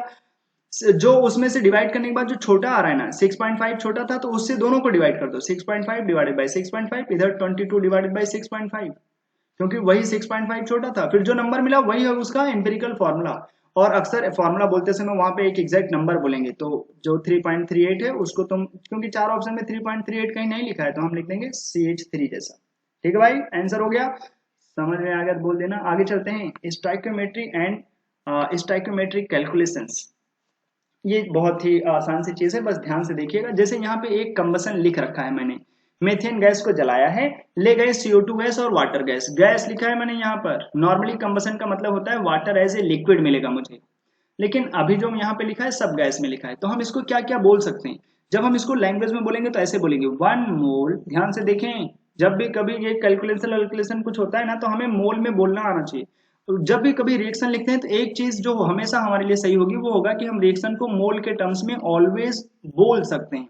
तो बोलेंगे 1 mole of methane gas on reaction with 2 mole of oxygen gas will give 1 mole of CO2 gas and 2 mole of water gas, water H2O gas. ठीक है भाई, 1 mole methane gas 2 mole oxygen gas से reaction करके 1 mole CO2 दे देगा और 2 mole water liquid water gas दे देगा। ठीक है, अब ये तो हो गया एक तरीका। दूसरा तरीका है वॉल्यूम के टर्म्स में बोल दो, at constant pressure and temperature. तो अब वॉल्यूम के टर्म्स में कैसे बोलेंगे, 1 volume of methane gas on reaction with 2 volume of oxygen gas will give 1 volume of CO2 gas and 2 volume of water. ठीक है भाई, क्योंकि सारे गैस में थे तो बोल सकते हैं वॉल्यूम के टर्म्स में। अब तुम इसको मास के टर्म्स में भी बोल सकते हो, लेकिन मास के टर्म्स में ऐसे नहीं बोल सकते कि 1 mass of methane gas will react with 2 mass of oxygen gas, ऐसे नहीं बोल सकते। सुन रहे हो, वॉल्यूम और मोल के टर्म्स में तो तुमने डायरेक्ट बोल दिया कोफिशिएंट देख करके, लेकिन मास के टर्म्स में कैसे बोलेंगे जानते हो, वो देखेंगे मोल से। एक मोल मीथेन गैस का, तो थोड़ी देर पहले लास्ट के लेक्चर में देखा था ना, मोल को मास में कैसे कन्वर्ट करें, मोल इनटू मॉलिक्यूलर मास। जब भी कभी मोल को मास में कन्वर्ट कराना हो तो हमें बस यही करना होगा, मोल में उसके मॉलिक्यूलर मास से मल्टीप्लाई कर देना होगा। तो जो तुम यहाँ 1 मोल लिख रहे थे मीथेन गैस का, अभी लिखोगे 1 इंटू मीथेन गैस का मोलर मास कितना होगा, कार्बन के लिए 12, हाइड्रोजन के लिए 1, 4 हाइड्रोजन के लिए 4, तो टोटल हो जाएंगे 16, 16 इंटू 1, तो ये इसे लिखेंगे ऐसे 16 gram of methane gas. 1 into 16 तो आ जाएगा 16, तो मास में लिखेंगे ना तो मोल को मल्टीप्लाई करना पड़ेगा उसके मॉलिक्यूलर मास से। ऐसे 2 मोल्स ऑफ ऑक्सीजन गैस, तो हम उसको क्या लिखेंगे, 2 मोल ऑक्सीजन था, मास में क्या लिखेंगे, ऑक्सीजन के मॉलिक्यूलर मास से मल्टीप्लाई करेंगे, मोल है अभी 2, यहाँ पे 2 मोल है, O2 के मॉलिक्यूलर मास से मल्टीप्लाई करो तो क्या बनेगा, 2 इंटू O2 का मॉलिक्यूलर मास 32, इतना ग्राम। 16 gram of methane gas will react with 2 into 32 gram of oxygen gas, और साथ में क्या देगा अब हमें, 1 मोल CO2 का। 1 मोल CO2 मतलब मोल को मॉलिक्यूलर मास से मल्टीप्लाई करो 1 इंटू 44, तो ये बन जाएगा 44 ग्राम। और वाटर कितना मिलेगा, 2 इंटू 2 मोल मतलब 2 इंटू 18 ग्राम, ऐसे बोलेंगे। तो हम बोलेंगे अगर कोई पूछे हमें 44 ग्राम CO2 चाहिए था तो कितना मेथेन गैस का रिक्वायरमेंट है, 16 ग्राम मेथेन गैस इज रिक्वायर्ड। ठीक है, कितना ऑक्सीजन की रिक्वायरमेंट थी, 32 इंटू 2 बोले तो 64 gram of oxygen gas is required. ठीक है, तो अगर तुम्हें मास के टर्म्स में बोलना है तो रिएक्शन को पहले मोल के टर्म्स में बना लो और फिर मोल को मल्टीप्लाई कर दो किससे, मॉलिक्यूलर मास से। तो हम मॉलिक्यूलर मास के टर्म्स में उस रिएक्शन को बोल सकते हैं कि इतना ग्राम ये दे जाएगा। ठीक है, किसी भी दो को रिलेट कराएगा तो हम यहाँ मास से रिलेट कर लेंगे कि इतना ग्राम इस गैस का, उतना ग्राम उसका बना देगा। जैसे अगर कोई पूछता वाटर वाले के लिए तो बोलते देखो वाटर कितना बन रहा है अपने पास, 36 ग्राम। लेकिन 36 ग्राम कब बन रहा है, जब 16 ग्राम मेथेन गैस कंज्यूम हो रहा है, 64 ग्राम ऑक्सीजन गैस कंज्यूम हो रहा है। और ध्यान से देखो मास ऑफ कंजर्वेशन अगर तुम्हें समझना हो, जो लॉ ऑफ कंजर्वेशन था वो लग भी रहा है, 16 प्लस 32 इंटू 2 तो ये हो जाएगा 64, और प्लस 16 तो ये कितना बन जाएगा अपने पास भाई, ये 0 और ये 80, ये 80 ग्राम हो गया। उधर भी देखो 80 ही होगा, 44 प्लस 36 ये तो 36 ही हो गया ना, तो 36 और 44 कितना बनेगा आजकल, 80। मास कंजर्व रहेगा, जितना रिएक्टेंट का मास होगा उतना ही तो प्रोडक्ट का मास रहेगा, मास कंजर्वेशन तो लगेगा ही लगेगा। इसी को ही यहाँ पे अब देखो बहुत टर्म्स में उन्होंने बोल दिया है, वॉल्यूम के टर्म्स में बोल दिया है। जहां पे मैं 1 वॉल्यूम लिख देता था उसी को यहाँ पर एक नए टर्म्स में लिखा है, यहाँ पे कुछ अलग तरीके से। वो जो लिखा है वो मैं थोड़ा सा एक्सप्लेन कर दूं इधर। ठीक है भाई, आओ यहाँ पे बता देता हूँ। इस क्वेश्चन को सॉल्व कर लेते हैं पहले और फिर मैं बता देता हूँ। Calculate the amount of water gas produced by the combustion of 16 gram of methane gas. हे भगवान, अभी तो लिखा था, अब तो पहले कंबशन करा लें। जब मान लो ये नया क्वेश्चन है तो मेथेन गैस को जलाएंगे और कार्बन कहाँ जाएगा, CO2 में, और हाइड्रोजन कहाँ जाएगा, वाटर में। बैलेंस करेंगे, यहाँ 4 हाइड्रोजन है तो हम इधर लिखेंगे डबल। अब देखो ऑक्सीजन इधर 2 और इधर 2, 4 ऑक्सीजन हो गए तो टोटल यहाँ पे 2 लिखना पड़ेगा। अब ये हो गया बैलेंस रिएक्शन। बैलेंस के बाद ही कुछ करना, अब वो क्योंकि मास के टर्म्स में देख रहा है तो पहले मोल के टर्म्स में लिखो। 1 मोल मेथेन गैस का, 2 मोल ऑक्सीजन गैस का, 1 मोल CO2 देगा और 2 मोल वाटर देगा। ठीक है भाई, अब तुम चाहते हो कि तुम जानना चाहते हो कितना ऑक्सीजन वाटर मिलेगा, तो देखो पहले 2 मोल को मास में कन्वर्ट करो तो 2 इंटू 18 हो जाएगा, इतना ग्राम वाटर बनेगा। अब वो मेथेन गैस से रिलेट कर रहा है तो मेथेन के पास आ जाओ। मेथेन का मास कितना, 1 इंटू इसका मॉलिक्यूलर मास 16, तो 16 ग्राम, मतलब 16 ग्राम से 36 ग्राम वाटर बनेगा। ये रिएक्शन के लिए ऐसे बोलेंगे। तो 16 ग्राम से 36 ग्राम, किस्मत अच्छी है कि वो 16 ग्राम से ही पूछ रहा है तो बोल देंगे बस 36 ग्राम आंसर हो जाएगा। अगर तुम और पूछते कि बताओ 32 ग्राम से कितना होगा, या 1 ग्राम से, अगर 1 ग्राम मेथेन गैस ले जाएं तो कितना वाटर बनेगा, तो बोलेंगे 16 से 36 बन रहा है तो 1 से कितना हो जाता, 36 डिवाइडेड बाई 16, बस आंसर हो जाता। ठीक है भाई, चलिए ये वाला पॉइंट तुम्हें समझ में आ जाना चाहिए। अगर ये समझ में आया है तो हम आगे चलते हैं और एक नया चीज सिखाते हैं जो वहां पे वॉल्यूम ऐसे लिखा था। ध्यान रखिएगा, 2 कंडीशंस होती हैं, एक कंडीशन STP और एक कंडीशन है NTP, standard temperature and pressure, normal temperature and pressure. Extra है, सिखा रहा हूं, ध्यान से सुन लें। स्टैंडर्ड टेम्परेचर एंड प्रेशर का मतलब है कि हमारे पास टेम्परेचर रहता है जो, वो दोनों ही केसेस में टेम्परेचर हम लोग ले जाते हैं 0 डिग्री सेल्सियस। कितना? 0 डिग्री सेल्सियस। लेकिन जब हम बोलते हैं नॉर्मल टेम्परेचर एंड प्रेशर, तो उस टाइम पे प्रेशर रखते हैं 1 एटमॉस्फेयर। और जब हम बोलते हैं स्टैंडर्ड टेम्परेचर एंड प्रेशर, तो प्रेशर की एक और यूनिट होती है जिसको बोलते हैं 1 बार। तो प्रेशर का थोड़ा सा लोचा होता है, मतलब एसटीपी कंडीशन में the pressure is 1 bar, while in case of NTP condition the pressure is 1 atmosphere. याद करो, गे-लुसाइक्स लॉ और एवोगैड्रो लॉ दो चीज बोलते थे कि दोनों बोलते थे प्रेशर और टेम्परेचर कांस्टेंट रखना। ठीक है, तो अगर कोई बोले प्रेशर और टेम्परेचर हमने कांस्टेंट रखा है और उसकी कुछ वैल्यू बता दे कि एनटीपी है, मतलब सबके लिए एनटीपी कंडीशन है, मतलब सबके लिए टेम्परेचर ये है और प्रेशर ये है, तो अगर तुम एग्जैक्ट टेम्परेचर और एग्जैक्ट प्रेशर बता दोगे ना, तो एक प्रॉपर सी वैल्यू आ जाती है कि जो वॉल्यूम होगा हमेशा ही, मतलब हमेशा ध्यान रखें, फिर हम ऐसे बोल सकते हैं कि अगर हमें कभी भी किसी के वॉल्यूम को पता चल जाए तो फिर हम उसका मोल बता सकते हैं, मोल पता चल जाए तो वॉल्यूम बता सकते हैं। एक हमारे पास आया था ना एवोगैड्रो लॉ कि at constant temperature and pressure volume is directly proportional to moles. तो अगर वो कांस्टेंट टेम्परेचर एंड प्रेशर पता चल जाए ना, तो हम ये भी बता सकते हैं कि जो वॉल्यूम होगा वो कितना मोल करके क्या आएगा। तो ध्यान रखें, for gas volume equals to 22.4 into N. N क्या है? Moles of gas. और ये जो वॉल्यूम हमने लिखा है वो लीटर जैसा। ठीक है, अगर कभी भी हमारे पास कोई पूछे बताओ कितना वॉल्यूम है लीटर में, ठीक है, कितना लीटर मिलेगा वॉल्यूम में, किसी गैस का हमें मोल दे देगा, 1 मोल गैस है, बताओ कितना वॉल्यूम है, तो हम डायरेक्ट बोलेंगे कि तुम बताओ किस कंडीशन पे है। अगर वो एनटीपी पे होगा ना, नॉर्मल टेम्परेचर एंड प्रेशर पे, तो बोलेंगे 1 मोल, यहाँ एन की वैल्यू रख देंगे 1 और इसे 22.4 से मल्टीप्लाई कर देंगे। तो जब इन दोनों को मल्टीप्लाई करोगे ना, तो उस 1 मोल गैस का वॉल्यूम आ जाएगा लीटर में। ठीक है भाई, मतलब एक बार हम फिर से इन सबको सजा के अच्छे से लिख रहे हैं और ध्यान से देखिएगा।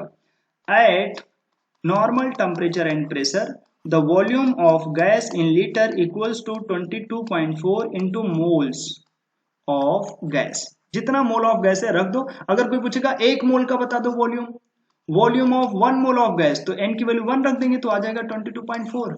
इसको बोलते हैं मोलर वॉल्यूम। क्या बोलते हैं? Molar volume. 1 मोल गैस का वॉल्यूम क्या होगा एनटीपी पे, तो बोलेंगे 22.4 लीटर, बस। ठीक है, अगर 2 मोल का जानना चाहोगे तो 2 लिख देंगे, 22.4 इंटू 2। अगर कोई पूछे नहीं हमें लीटर में नहीं एमएल में बता दो, तो बोलेंगे एमएल में भी बता देंगे। क्या जाता है, लीटर में आता है तो 1000 से मल्टीप्लाई कर देंगे, एमएल में आ जाएगा। तो जब भी कभी एनटीपी बोलेगा, नॉर्मल टेम्परेचर एंड प्रेशर, तो वो क्या चीज है? एनटीपी क्या चीज है?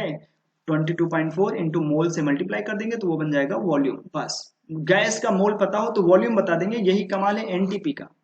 और वो फैक्टर क्या है जिससे मल्टीप्लाई कर रहे हैं? 22.4। और किस में वॉल्यूम आएगा? लीटर में। ठीक है, अच्छा इसी का उल्टा भी तो हो सकता है, अगर हमें मोल बताना हो तो फिर इसी फॉर्मूले को उल्टा कर लो, तो फिर देखो 22.4 से डिवाइड करना पड़ेगा वॉल्यूम से। मान लो हमें वॉल्यूम दे दिया कि हमारे पास normal temperature and pressure condition पे हमने देखा हमारे पास 10 लीटर ऑक्सीजन गैस है, बता दो कितना मोल है ऑक्सीजन गैस का, तो हम बड़े आराम से बता देंगे। वॉल्यूम लिखा है 10 लीटर, डिवाइड कर दो 22.4 से। जब वॉल्यूम को डिवाइड कर दोगे 22.4 से तो मिल जाएगा मोल।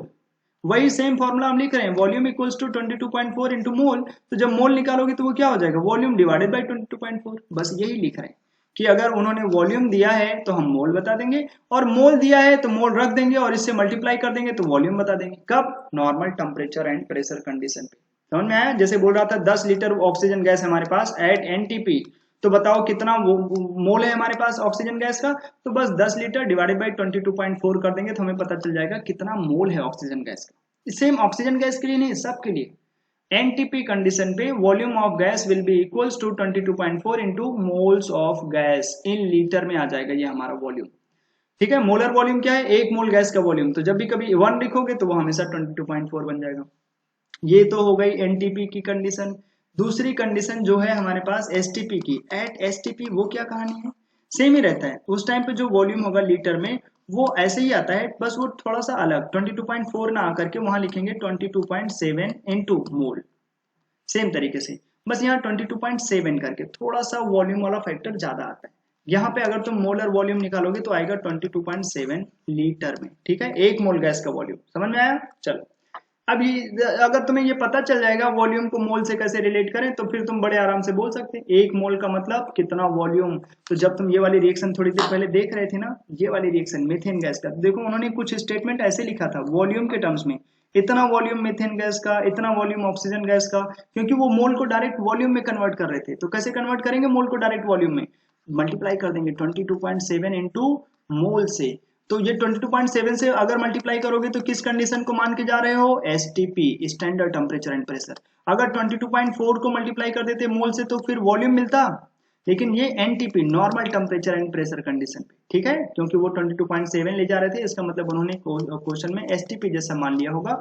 और एक मोल जहां पे तुम 1 मोल बोल रहे थे वहां पे उन्होंने बोल दिया 22.7 लीटर। जहां 2 मोल बोल रहे थे ऑक्सीजन गैस का, वहां पे उसको 2 से मल्टीप्लाई कर दिया, देखो 2 इंटू 22.7 तो बन जाएगा 45.4, और दे देगा 1 मोल CO2 गैस, तो वहां पे उन्होंने लिख दिया 1 मोल मतलब 22.7 लीटर। और 2 मोल वाटर गैस का, तो उसी को फिर 2 से मल्टीप्लाई कर दिया 45.4 लीटर बन गया। समझ में आया? मतलब जो तुम मोल में लिख रहे थे उसी को तो वॉल्यूम में लिख सकते थे। तो जब वॉल्यूम में लिखोगे तो कैसे लिखोगे, वॉल्यूम को लिखेंगे हमेशा ही 22.4 से मल्टीप्लाई कर देंगे, किसको, एन से। मोल पता होगा, इससे मल्टीप्लाई करेंगे लीटर में आ जाएगा वॉल्यूम, लेकिन ये कब आएगा, एनटीपी वाली कंडीशन पे। ऐसे एसटीपी वाला होगा तो ज्यादा हो रहा है ना, बस इतना समझ में आया, एसटीपी क्या है एनटीपी क्या है, बस हो गया। आगे चलते हैं नेक्स्ट। ये जैसे कोई हमसे ये पूछ रहा, how many moles of methane gas are required to produce 22 gram of CO2 after combustion. अगर हम मेथेन गैस का कंबशन कराना चाहता है, फिर से जला दो इसको भाई, कहाँ जाएगा, CO2 में, और कहाँ जाएगा, वाटर में, यही तो जाएगा। बैलेंस करने के लिए बहुत देर से तो कर ही रहे बैलेंस। अब हमसे पूछ रहा है 22 ग्राम CO2 चाहिए, तो बताओ कितना मोल चाहिए मेथेन गैस का, आओ देख लेते हैं।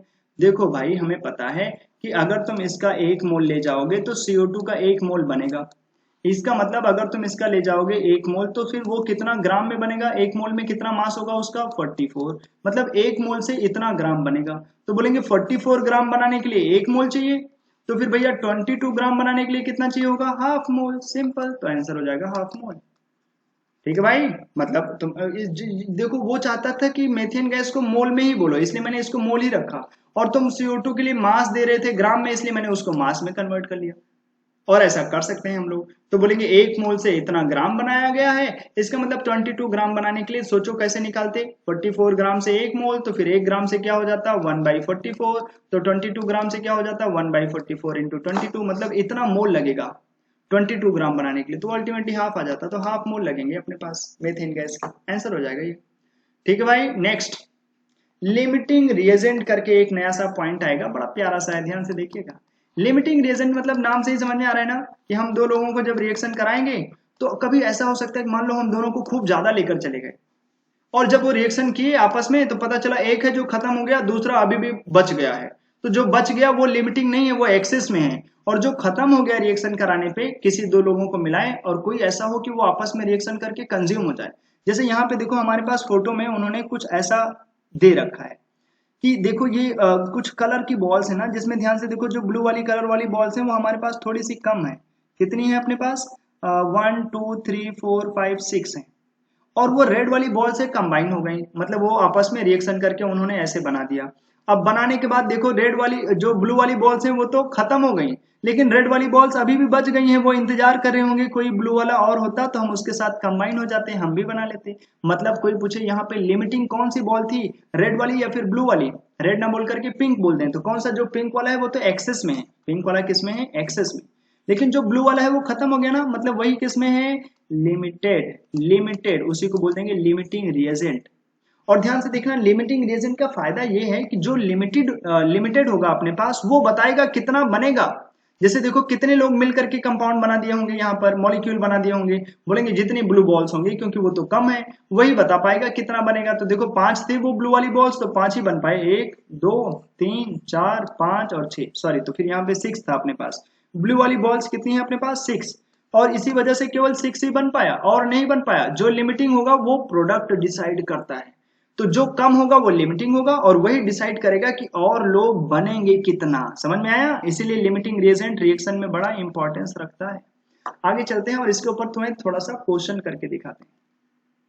जब भी कभी हमारे पास क्वेश्चन हो, अभी इस क्वेश्चन पे नहीं जाना जो यहाँ पे है, जब कभी क्वेश्चन होगा तो हम लिमिटिंग रिएजेंट कैसे डिसाइड करेंगे। जैसे हमारे पास ए है, मान लो 2 टाइम्स ऑफ ए बी से रिएक्शन करके बना रहा है ए टू बी, मान लो ऐसे बनता है, दे दिया किसी ने एग्जाम में। अभी उस वाले क्वेश्चन पे ध्यान ना दे जो वहां पे है, जो मैं इधर लिख रहा हूँ उस पर देखें। और हमें दे देगा कि हम जब रिएक्शन कराने गए तो हम इसका लेकर चले आए थे 4 मोल, इसका लेकर चले आए थे 8 मोल, और आपस में मिला दिया हमने। अब बताओ जब हम इसका 4 मोल ले जाएंगे, इसका 8 मोल ले जाएंगे, तो कौन है जो लिमिटिंग में है अभी भी, कौन है जो लिमिटिंग रिएजेंट है, ऐसे साफ साफ पूछेगा, ए लिमिटिंग है या बी।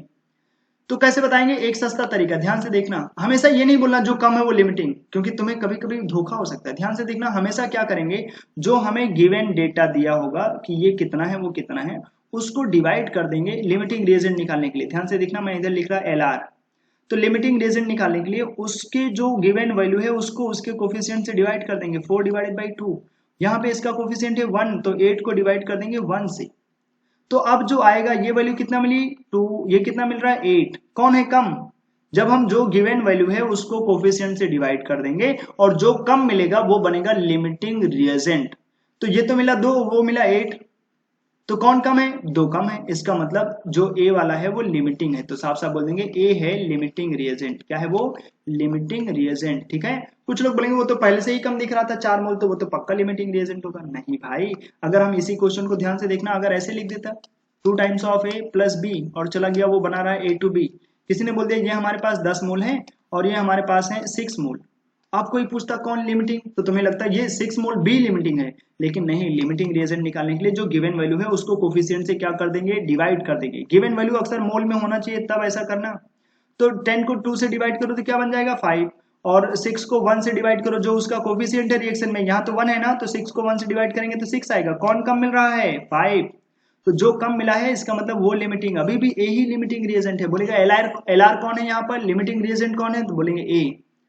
अगर लिमिटिंग रिएजेंट पता चल गया ना, इससे ये पता चलेगा कि और जो प्रोडक्ट है वो बनेंगे कितना। ठीक है, जैसे कोई पूछे ए टू बी कितना बनेगा, तो बोलेंगे ये तो लिमिटिंग है, लिमिटिंग है मतलब ए ही खत्म होगा, बी बच जाएगा, एक्सेस में है वो।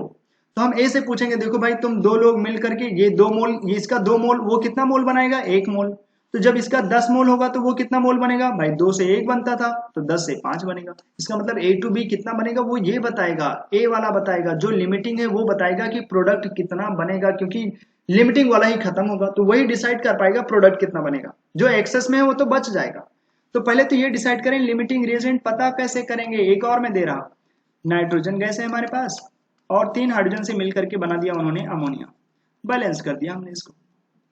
ठीक है, हमसे किसी ने बोल दिया दोनों को हम ले गए थे 50 लीटर, इसको भी 50 लीटर, कोई बताए लिमिटिंग रिएजेंट कौन है। क्या करेंगे, लीटर जब दिया हो ना तो ये समझना कि उसने मान लिया होगा मन में कि जो प्रेशर और टेम्परेचर की कंडीशन है वो कांस्टेंट रही होगी, एवोगैड्रो लॉ वाला टर्म लगा देगा, या ऐसे बोले गे-लुसाइक्स लॉ लगा देगा, वो कांस्टेंट टेम्परेचर प्रेशर कंडीशन पे वॉल्यूम के टर्म्स में वैसे ही बिहेवियर होगा जैसे मोल के टर्म्स में बोलते थे कि 1 मोल 3 मोल से रिएक्शन करके 2 मोल अमोनिया बनाएगा, तो वॉल्यूम के टर्म्स में क्या बोलेंगे, 1 मोल 1 वॉल्यूम नाइट्रोजन का 3 वॉल्यूम हाइड्रोजन का मिलकर के 2 वॉल्यूम अमोनिया बना देगा। तो जब कभी लीटर में देगा, मोल में था तो क्या करते थे, कोफिशिएंट से डिवाइड कर देते थे, लीटर में दिया होगा तब भी यही करेंगे। ठीक है, तो जब हम यहाँ लिमिटिंग रिएजेंट निकालना होगा तो 50 से डिवाइड कर देंगे, 50 को 1 से, इसका जो कोफिशिएंट है, और यहाँ पे 50 को डिवाइड कर देंगे उसके कोफिशिएंट 3 से, तो ये तो कम है ना, 50/3 तो कम होगा, इसका मतलब हाइड्रोजन इज लिमिटिंग रिएजेंट। दोनों का वॉल्यूम तुमने 50-50 दिया था, लेकिन दोनों खत्म नहीं होंगे, कौन खत्म होगा, जो लिमिटिंग है, कौन लिमिटिंग है, हाइड्रोजन। कैसे पता चला, डिवाइड कर दिया, किससे, उसके कोफिशिएंट से। तो यहां से तुम्हें ये पता चलेगा लिमिटिंग रिएजेंट है हाइड्रोजन, इसका मतलब है हाइड्रोजन खत्म होगा। अब ये बताएगा अमोनिया कितना बनेगा, तो बोलेगा देखो 3 मोल से 2 मोल बनता, या ऐसे बोले 3 लीटर से 2 लीटर बनता, तो 3 लीटर से 2, तो 1 लीटर से कितना बनता 2/3, तो 50 लीटर से कितना बनेगा, तो बोलेंगे 2/3 इंटू 50। तो कोई बोले अमोनिया कितना लीटर बनेगा, तो बोलेंगे इतना लीटर बनेगा 2/3 इंटू 50, क्योंकि जो लिमिटिंग रिएजेंट है वो डिसाइड करेगा कौन कितना बनेगा।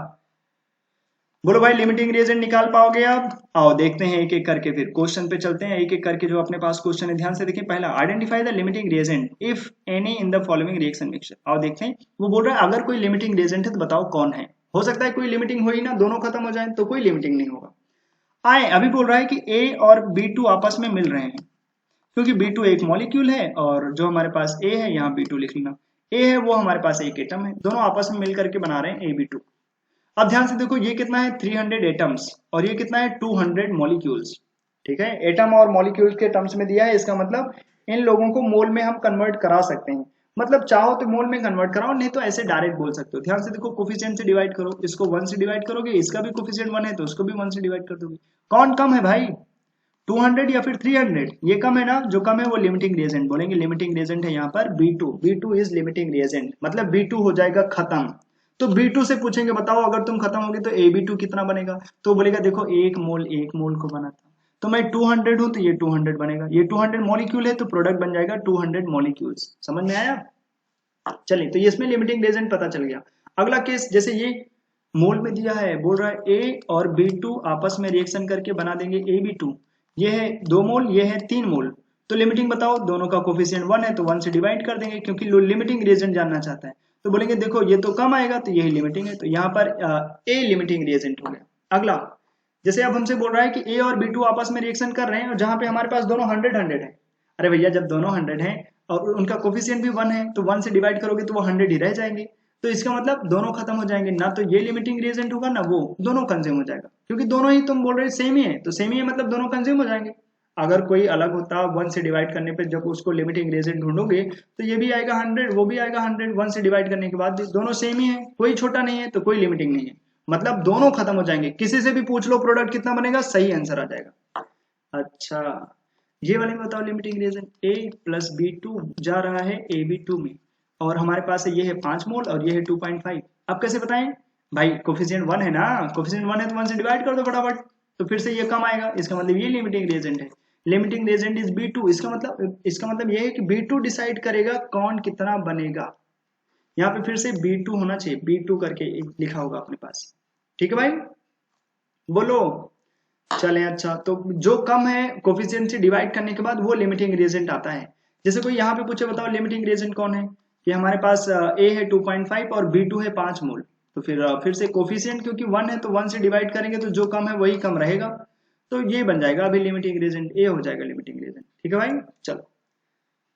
अब एक प्यारा सा क्वेश्चन बोल रहा है कि ये सोल्यूशन है हमारे पास, उसको प्रिपेयर किया जा रहा है 2 gram of a substance A, और उसको ऐड कहाँ किया गया, 18 ग्राम ऑफ वाटर में। Calculate the mass percentage of solute. कौन है सोल्यूट, यही जो बाहर से 2 ग्राम डाला होगा, तो उसका मास परसेंटेज कैसे निकालेंगे भाई, मास परसेंटेज ऑफ सोल्यूट बड़े आराम से बता सकते हैं, उसका mass divided by total mass into 100, यही है मास परसेंटेज।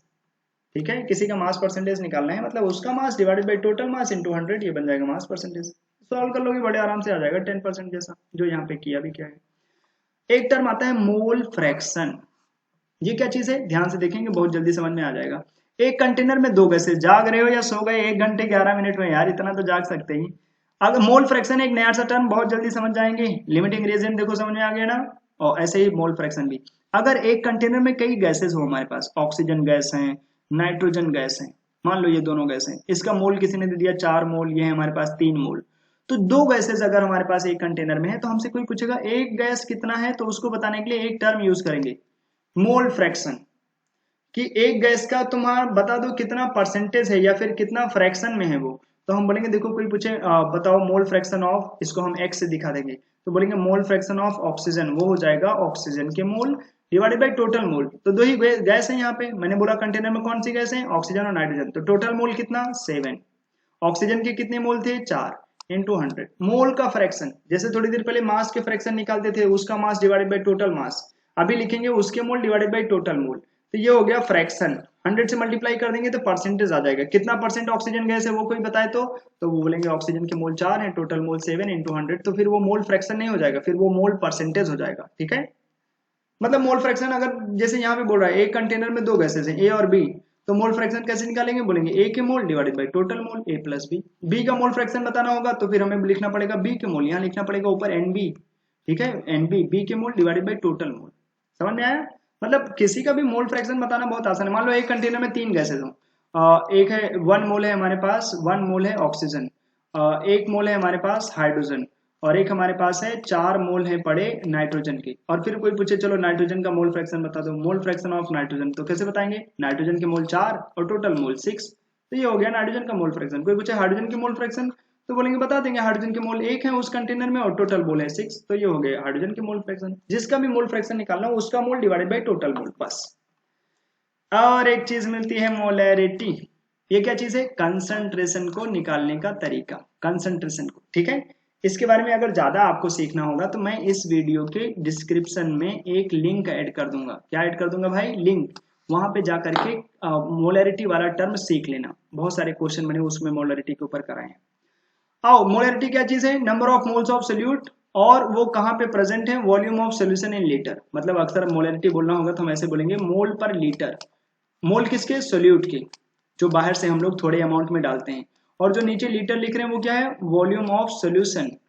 वो हो जाएंगे मोलरिटी। जैसे कोई हमसे बोले 4 मोल है हमारे पास NaOH का, और हमने उसे उठा करके डाल दिए 100 लीटर वाटर में। कोई पूछे बताओ मोलरिटी क्या होगी फिर, तो बस हम डायरेक्ट ऐसे बोल देंगे molarity equals two moles of solute 4 मोल, और टोटल वॉल्यूम कितना है? 100 लीटर। तो बस मोल पर लीटर, तो 4/100 ये हो जाएगा 0.04। इतना मोलर हो जाएगा सोल्यूशन, वो तो मोलरिटी आ जाएगी 4।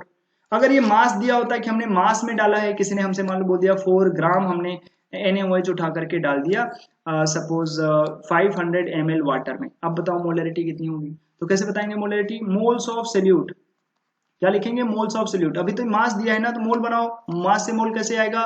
Wait upon molecular weight. NaOH का मॉलिक्यूलर मास होता है 40, तो 4/40 हो गया mole, divided by volume in litre, क्योंकि 500 ml दिया था तो लीटर में कैसे बदलोगे? इंटू 10⁻³ तो मोल पर लीटर। बस मास में दिया है तो मोल बना लो, और ml में दिया है तो लीटर देख लो, मोल पर लीटर सॉल्व कर लेंगे, आंसर आ जाएगा हमारे पास। ठीक है, तो मोलरिटी निकालना बहुत आसान। जैसे ये क्वेश्चन है, देखो ध्यान से क्या बोल रहा है, 4 ग्राम NaOH है, 250 ml में डाल रखा है, मोलरिटी बता दो उसका। तो बोलेंगे देखो 4 ग्राम है, वेट अपॉन मॉलिक्यूलर वेट, तो ये बन गया 4/40, ये बन जाएगा मोल, इतना मोल है NaOH का।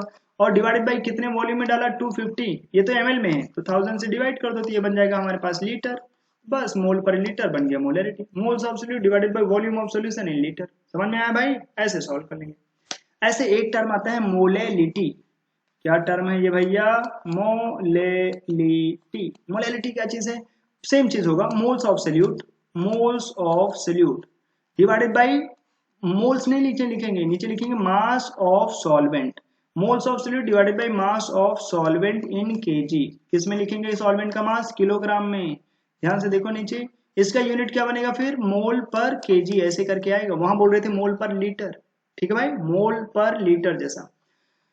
तो इस क्वेश्चन पे अभी नहीं जाओ। जैसे हमारे पास ऐसे किसी ने दे दिया कि हमारे पास है 4 ग्राम NaOH, और इसको हमने डाल दिया 500 ml वाटर में। अब अगर कोई हमसे पूछता, ध्यान से देखना कि इसकी मोलेलिटी क्या होगी। मोलेलिटी को स्मॉल m से दिखाते हैं, तो मोलेलिटी कैसे लिखेंगे? Moles, wait upon molecular wait. तो 4 इतना मोल हो गया हमारे पास NaOH का, वो वेट दिया था 4 ग्राम, तो वेट अपॉन मॉलिक्यूलर वेट मोल हो गया। मोल पर केजी, केजी ऑफ सॉल्वेंट, तो ये जो सॉल्वेंट है वो तो 500 ml है, तो 500 ml को लिख सकते हैं 500 gram. In case of water ml equals to gram, water के लिए जितना ml होता है उतना ग्राम बन जाता है।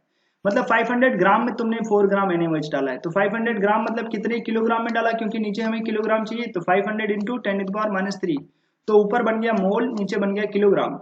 तो जब तुम इसे सॉल्व कर लोगे तो ये बन जाएगा मोल पर केजी, ये आ जाएगी मोलेलिटी। क्या आ जाएगा? मोलेलिटी। समझ में आया? अच्छा, जब कभी ऐसे क्वेश्चन दे दे, डेंसिटी दे दिया है, मोलरिटी दे दिया है, और मोलेलिटी पूछ रहा है, ये क्वेश्चन करने के लिए ना थोड़ा सा तुम्हें मेहनत करना पड़ेगा, थोड़ा सा मेहनत करना पड़ेगा बस। जब मैं बोल रहा हूं ना कि थोड़ा सा मेहनत, बस एक छोटा सा तुम्हें रिलेशन याद रख लेना है, डेंसिटी का, मोलरिटी का और मोलेलिटी का, इनका आपस में एक रिश्ता है। एक तो तरीका है बड़े तरीके से सॉल्व करो, एक है तो तुम डायरेक्ट एक प्यारा सा फॉर्मूला याद रखो, क्योंकि एग्जाम में वो बहुत जल्दी आंसर दे देते हैं। तो density divided by molarity, formula ध्यान से देखिएगा, density divided by molarity minus 1 upon molarity equals to molecular mass of solute divided by 1000। Solute मतलब जो भी हमारे पास है, जैसे H2SO4 NaCl जो भी, ये है सोल्यूट का मॉलिक्यूलर मास। तो क्या लिखेंगे? ये रिलेशन खा जाएंगे हम लोग, जी हाँ, density by molarity minus 1 upon molarity equals to molecular mass of solute divided by 1000। अब जो जो दिया है वो उठा उठा के रख दो। जैसे यहाँ पे देखो हमें क्या क्या दिया है, मोलरिटी दिया है और डेंसिटी दिया है, तो लिख देंगे डेंसिटी दिया है 1.25 और मोलरिटी दिया है हमारे पास 3, माइनस मोलरिटी पूछ रहा है तो वो अननोन है, equals to molecular mass of solute NaCl है, उसका मॉलिक्यूलर मास कितना 58.5 डिवाइडेड बाई 1000। बस बस कुछ नहीं, बस m अननोन है, निकाल लेंगे। तो ये फॉर्मूला लिख लेना, density divided by molarity minus 1 upon molarity equals to molecular mass of solute divided by 1000। जब भी कभी जरूरत पड़ेगा उठा के रख देना, यहाँ पे एक कोई अननोन होगा वो निकल आएगा। ठीक है भाई, समझ में आया? चलिए, बाप रे ये क्या लिखा है? ये लिखा है कि तुमने ऐसा करके ये चैप्टर कर दिया खत्म, सारी चीजें डिस्कस हो गई। एक छोटा सा चीज नोट कर लेना भाई, इधर एनसीईआरटी के हिसाब से मैंने सारा डिस्कस कर दिया। जो एक छोटी सी चीज नोट कर लेना कि टेम्परेचर के ऊपर जो है, अगर हम टेम्परेचर चेंज करते हैं तो जो मोलरिटी है सोल्यूशन का वो चेंज हो जाता है, मोलरिटी चेंज हो जाता है। मतलब ये हो गया कि जैसे तुम चाय वाय गर्म करते हो ना, कभी देखो चाय पता चला बहुत ही कम मीठी है तो लोग घर वाले थोड़ा सा और हीट कर देते हैं, इससे क्या होगा, वाटर उड़ जाएगा तो वो और मीठा बन जाएगा, क्योंकि जो शुगर है वो नहीं उड़ता। तो नॉर्मली टेम्परेचर बढ़ाने से ना, मोलरिटी मतलब वही टेस्ट से है, मोलरिटी मतलब मोल पर लीटर लिखते थे ना, तो जब तुम टेम्परेचर बढ़ाओगे तो लीटर वाला चीज चेंज हो सकता है, वॉल्यूम चेंज हो सकता है, क्योंकि सॉल्वेंट उड़ के भाग सकते हैं वहां से। तो अगर कोई पूछता है कि मोलरिटी कैसा है, टेम्परेचर डिपेंडेंट या फिर इनडिपेंडेंट, तो क्या बोलेंगे, molarity is temperature dependent. Temperature बढ़ाते हैं तो मोलरिटी घट जाता है, सॉरी टेम्परेचर बढ़ाने से मोलरिटी बढ़ जाता है, क्योंकि टेम्परेचर बढ़ाएंगे ना तो वॉल्यूम घट जाता है, और अगर ऐसा होगा तो फिर अल्टीमेटली मोलरिटी बढ़ जाते हैं। बस इतना ध्यान रखें, मोलरिटी इज टेम्परेचर डिपेंडेंट। जबकि जो दूसरा वाला फैक्टर हम लोगों ने आज देखा है वो था मोलेलिटी। वो क्या था, moles of solute divided by mass of solvent. ऊपर था मोल, नीचे था सॉल्वेंट का मास। सोचो टेम्परेचर बढ़ाने से किसी का मास कम ज्यादा कर सकते हो क्या, नहीं कर सकते। इस वजह से जब तुम कभी टेम्परेचर चेंज करोगे ना तो मोलेलिटी नहीं चेंज होगी, ये टेम्परेचर इंडिपेंडेंट होता है। टेम्परेचर डिपेंडेंट वही वाले कंसंट्रेशन के टर्म्स होते हैं जिनके अंदर वॉल्यूम आता है, ये ध्यान रखें बस। अगर उनके अंदर कोई वॉल्यूम का टर्म आएगा तो वो टेम्परेचर डिपेंडेंट हो जाएंगे। नोट कर लेंगे, molarity is temperature dependent while molarity is temperature independent. ठीक है, बस इतना ही चीज नोट करना है। और लेक्चर कैसा लगे तो एक बार इधर उधर हमें मैसेज करके बता दिया करो, सर बहुत बढ़िया लग रहा है एनसीईआरटी वाला सीरीज, और भी ये वाले चैप्टर का वीडियो बना दीजिए, ये वाले चैप्टर का वीडियो बना दीजिए। तो हम ऐसे रात भर जाग करके तुम्हारे लिए प्यारा सा ऐसे पीडीएफ बना दिया करेंगे यार, मतलब हर एक एनसीईआरटी के चैप्टर के। तो हम लोगों ने जैसे some basic concept of chemistry के सारे छोटे मोटे पॉइंट जो भी एनसीईआरटी में मेंशन है सबको कर लिया डिस्कस। कहीं कोई दिक्कत होती है तो कमेंट करें या मेरे को मैसेज करें, पूछें, ठीक है। और फिर आज के इस वीडियो में इतना रखते हैं, आगे फिर से तुम्हें एक नए एनसीईआरटी के चैप्टर के थ्रू मिलेंगे जिसमें केवल उस चैप्टर को कर रहे होंगे डिस्कस, एनसीईआरटी की लाइंस को लेकर के। चलें आज के इस वीडियो में इतना ही, बाय।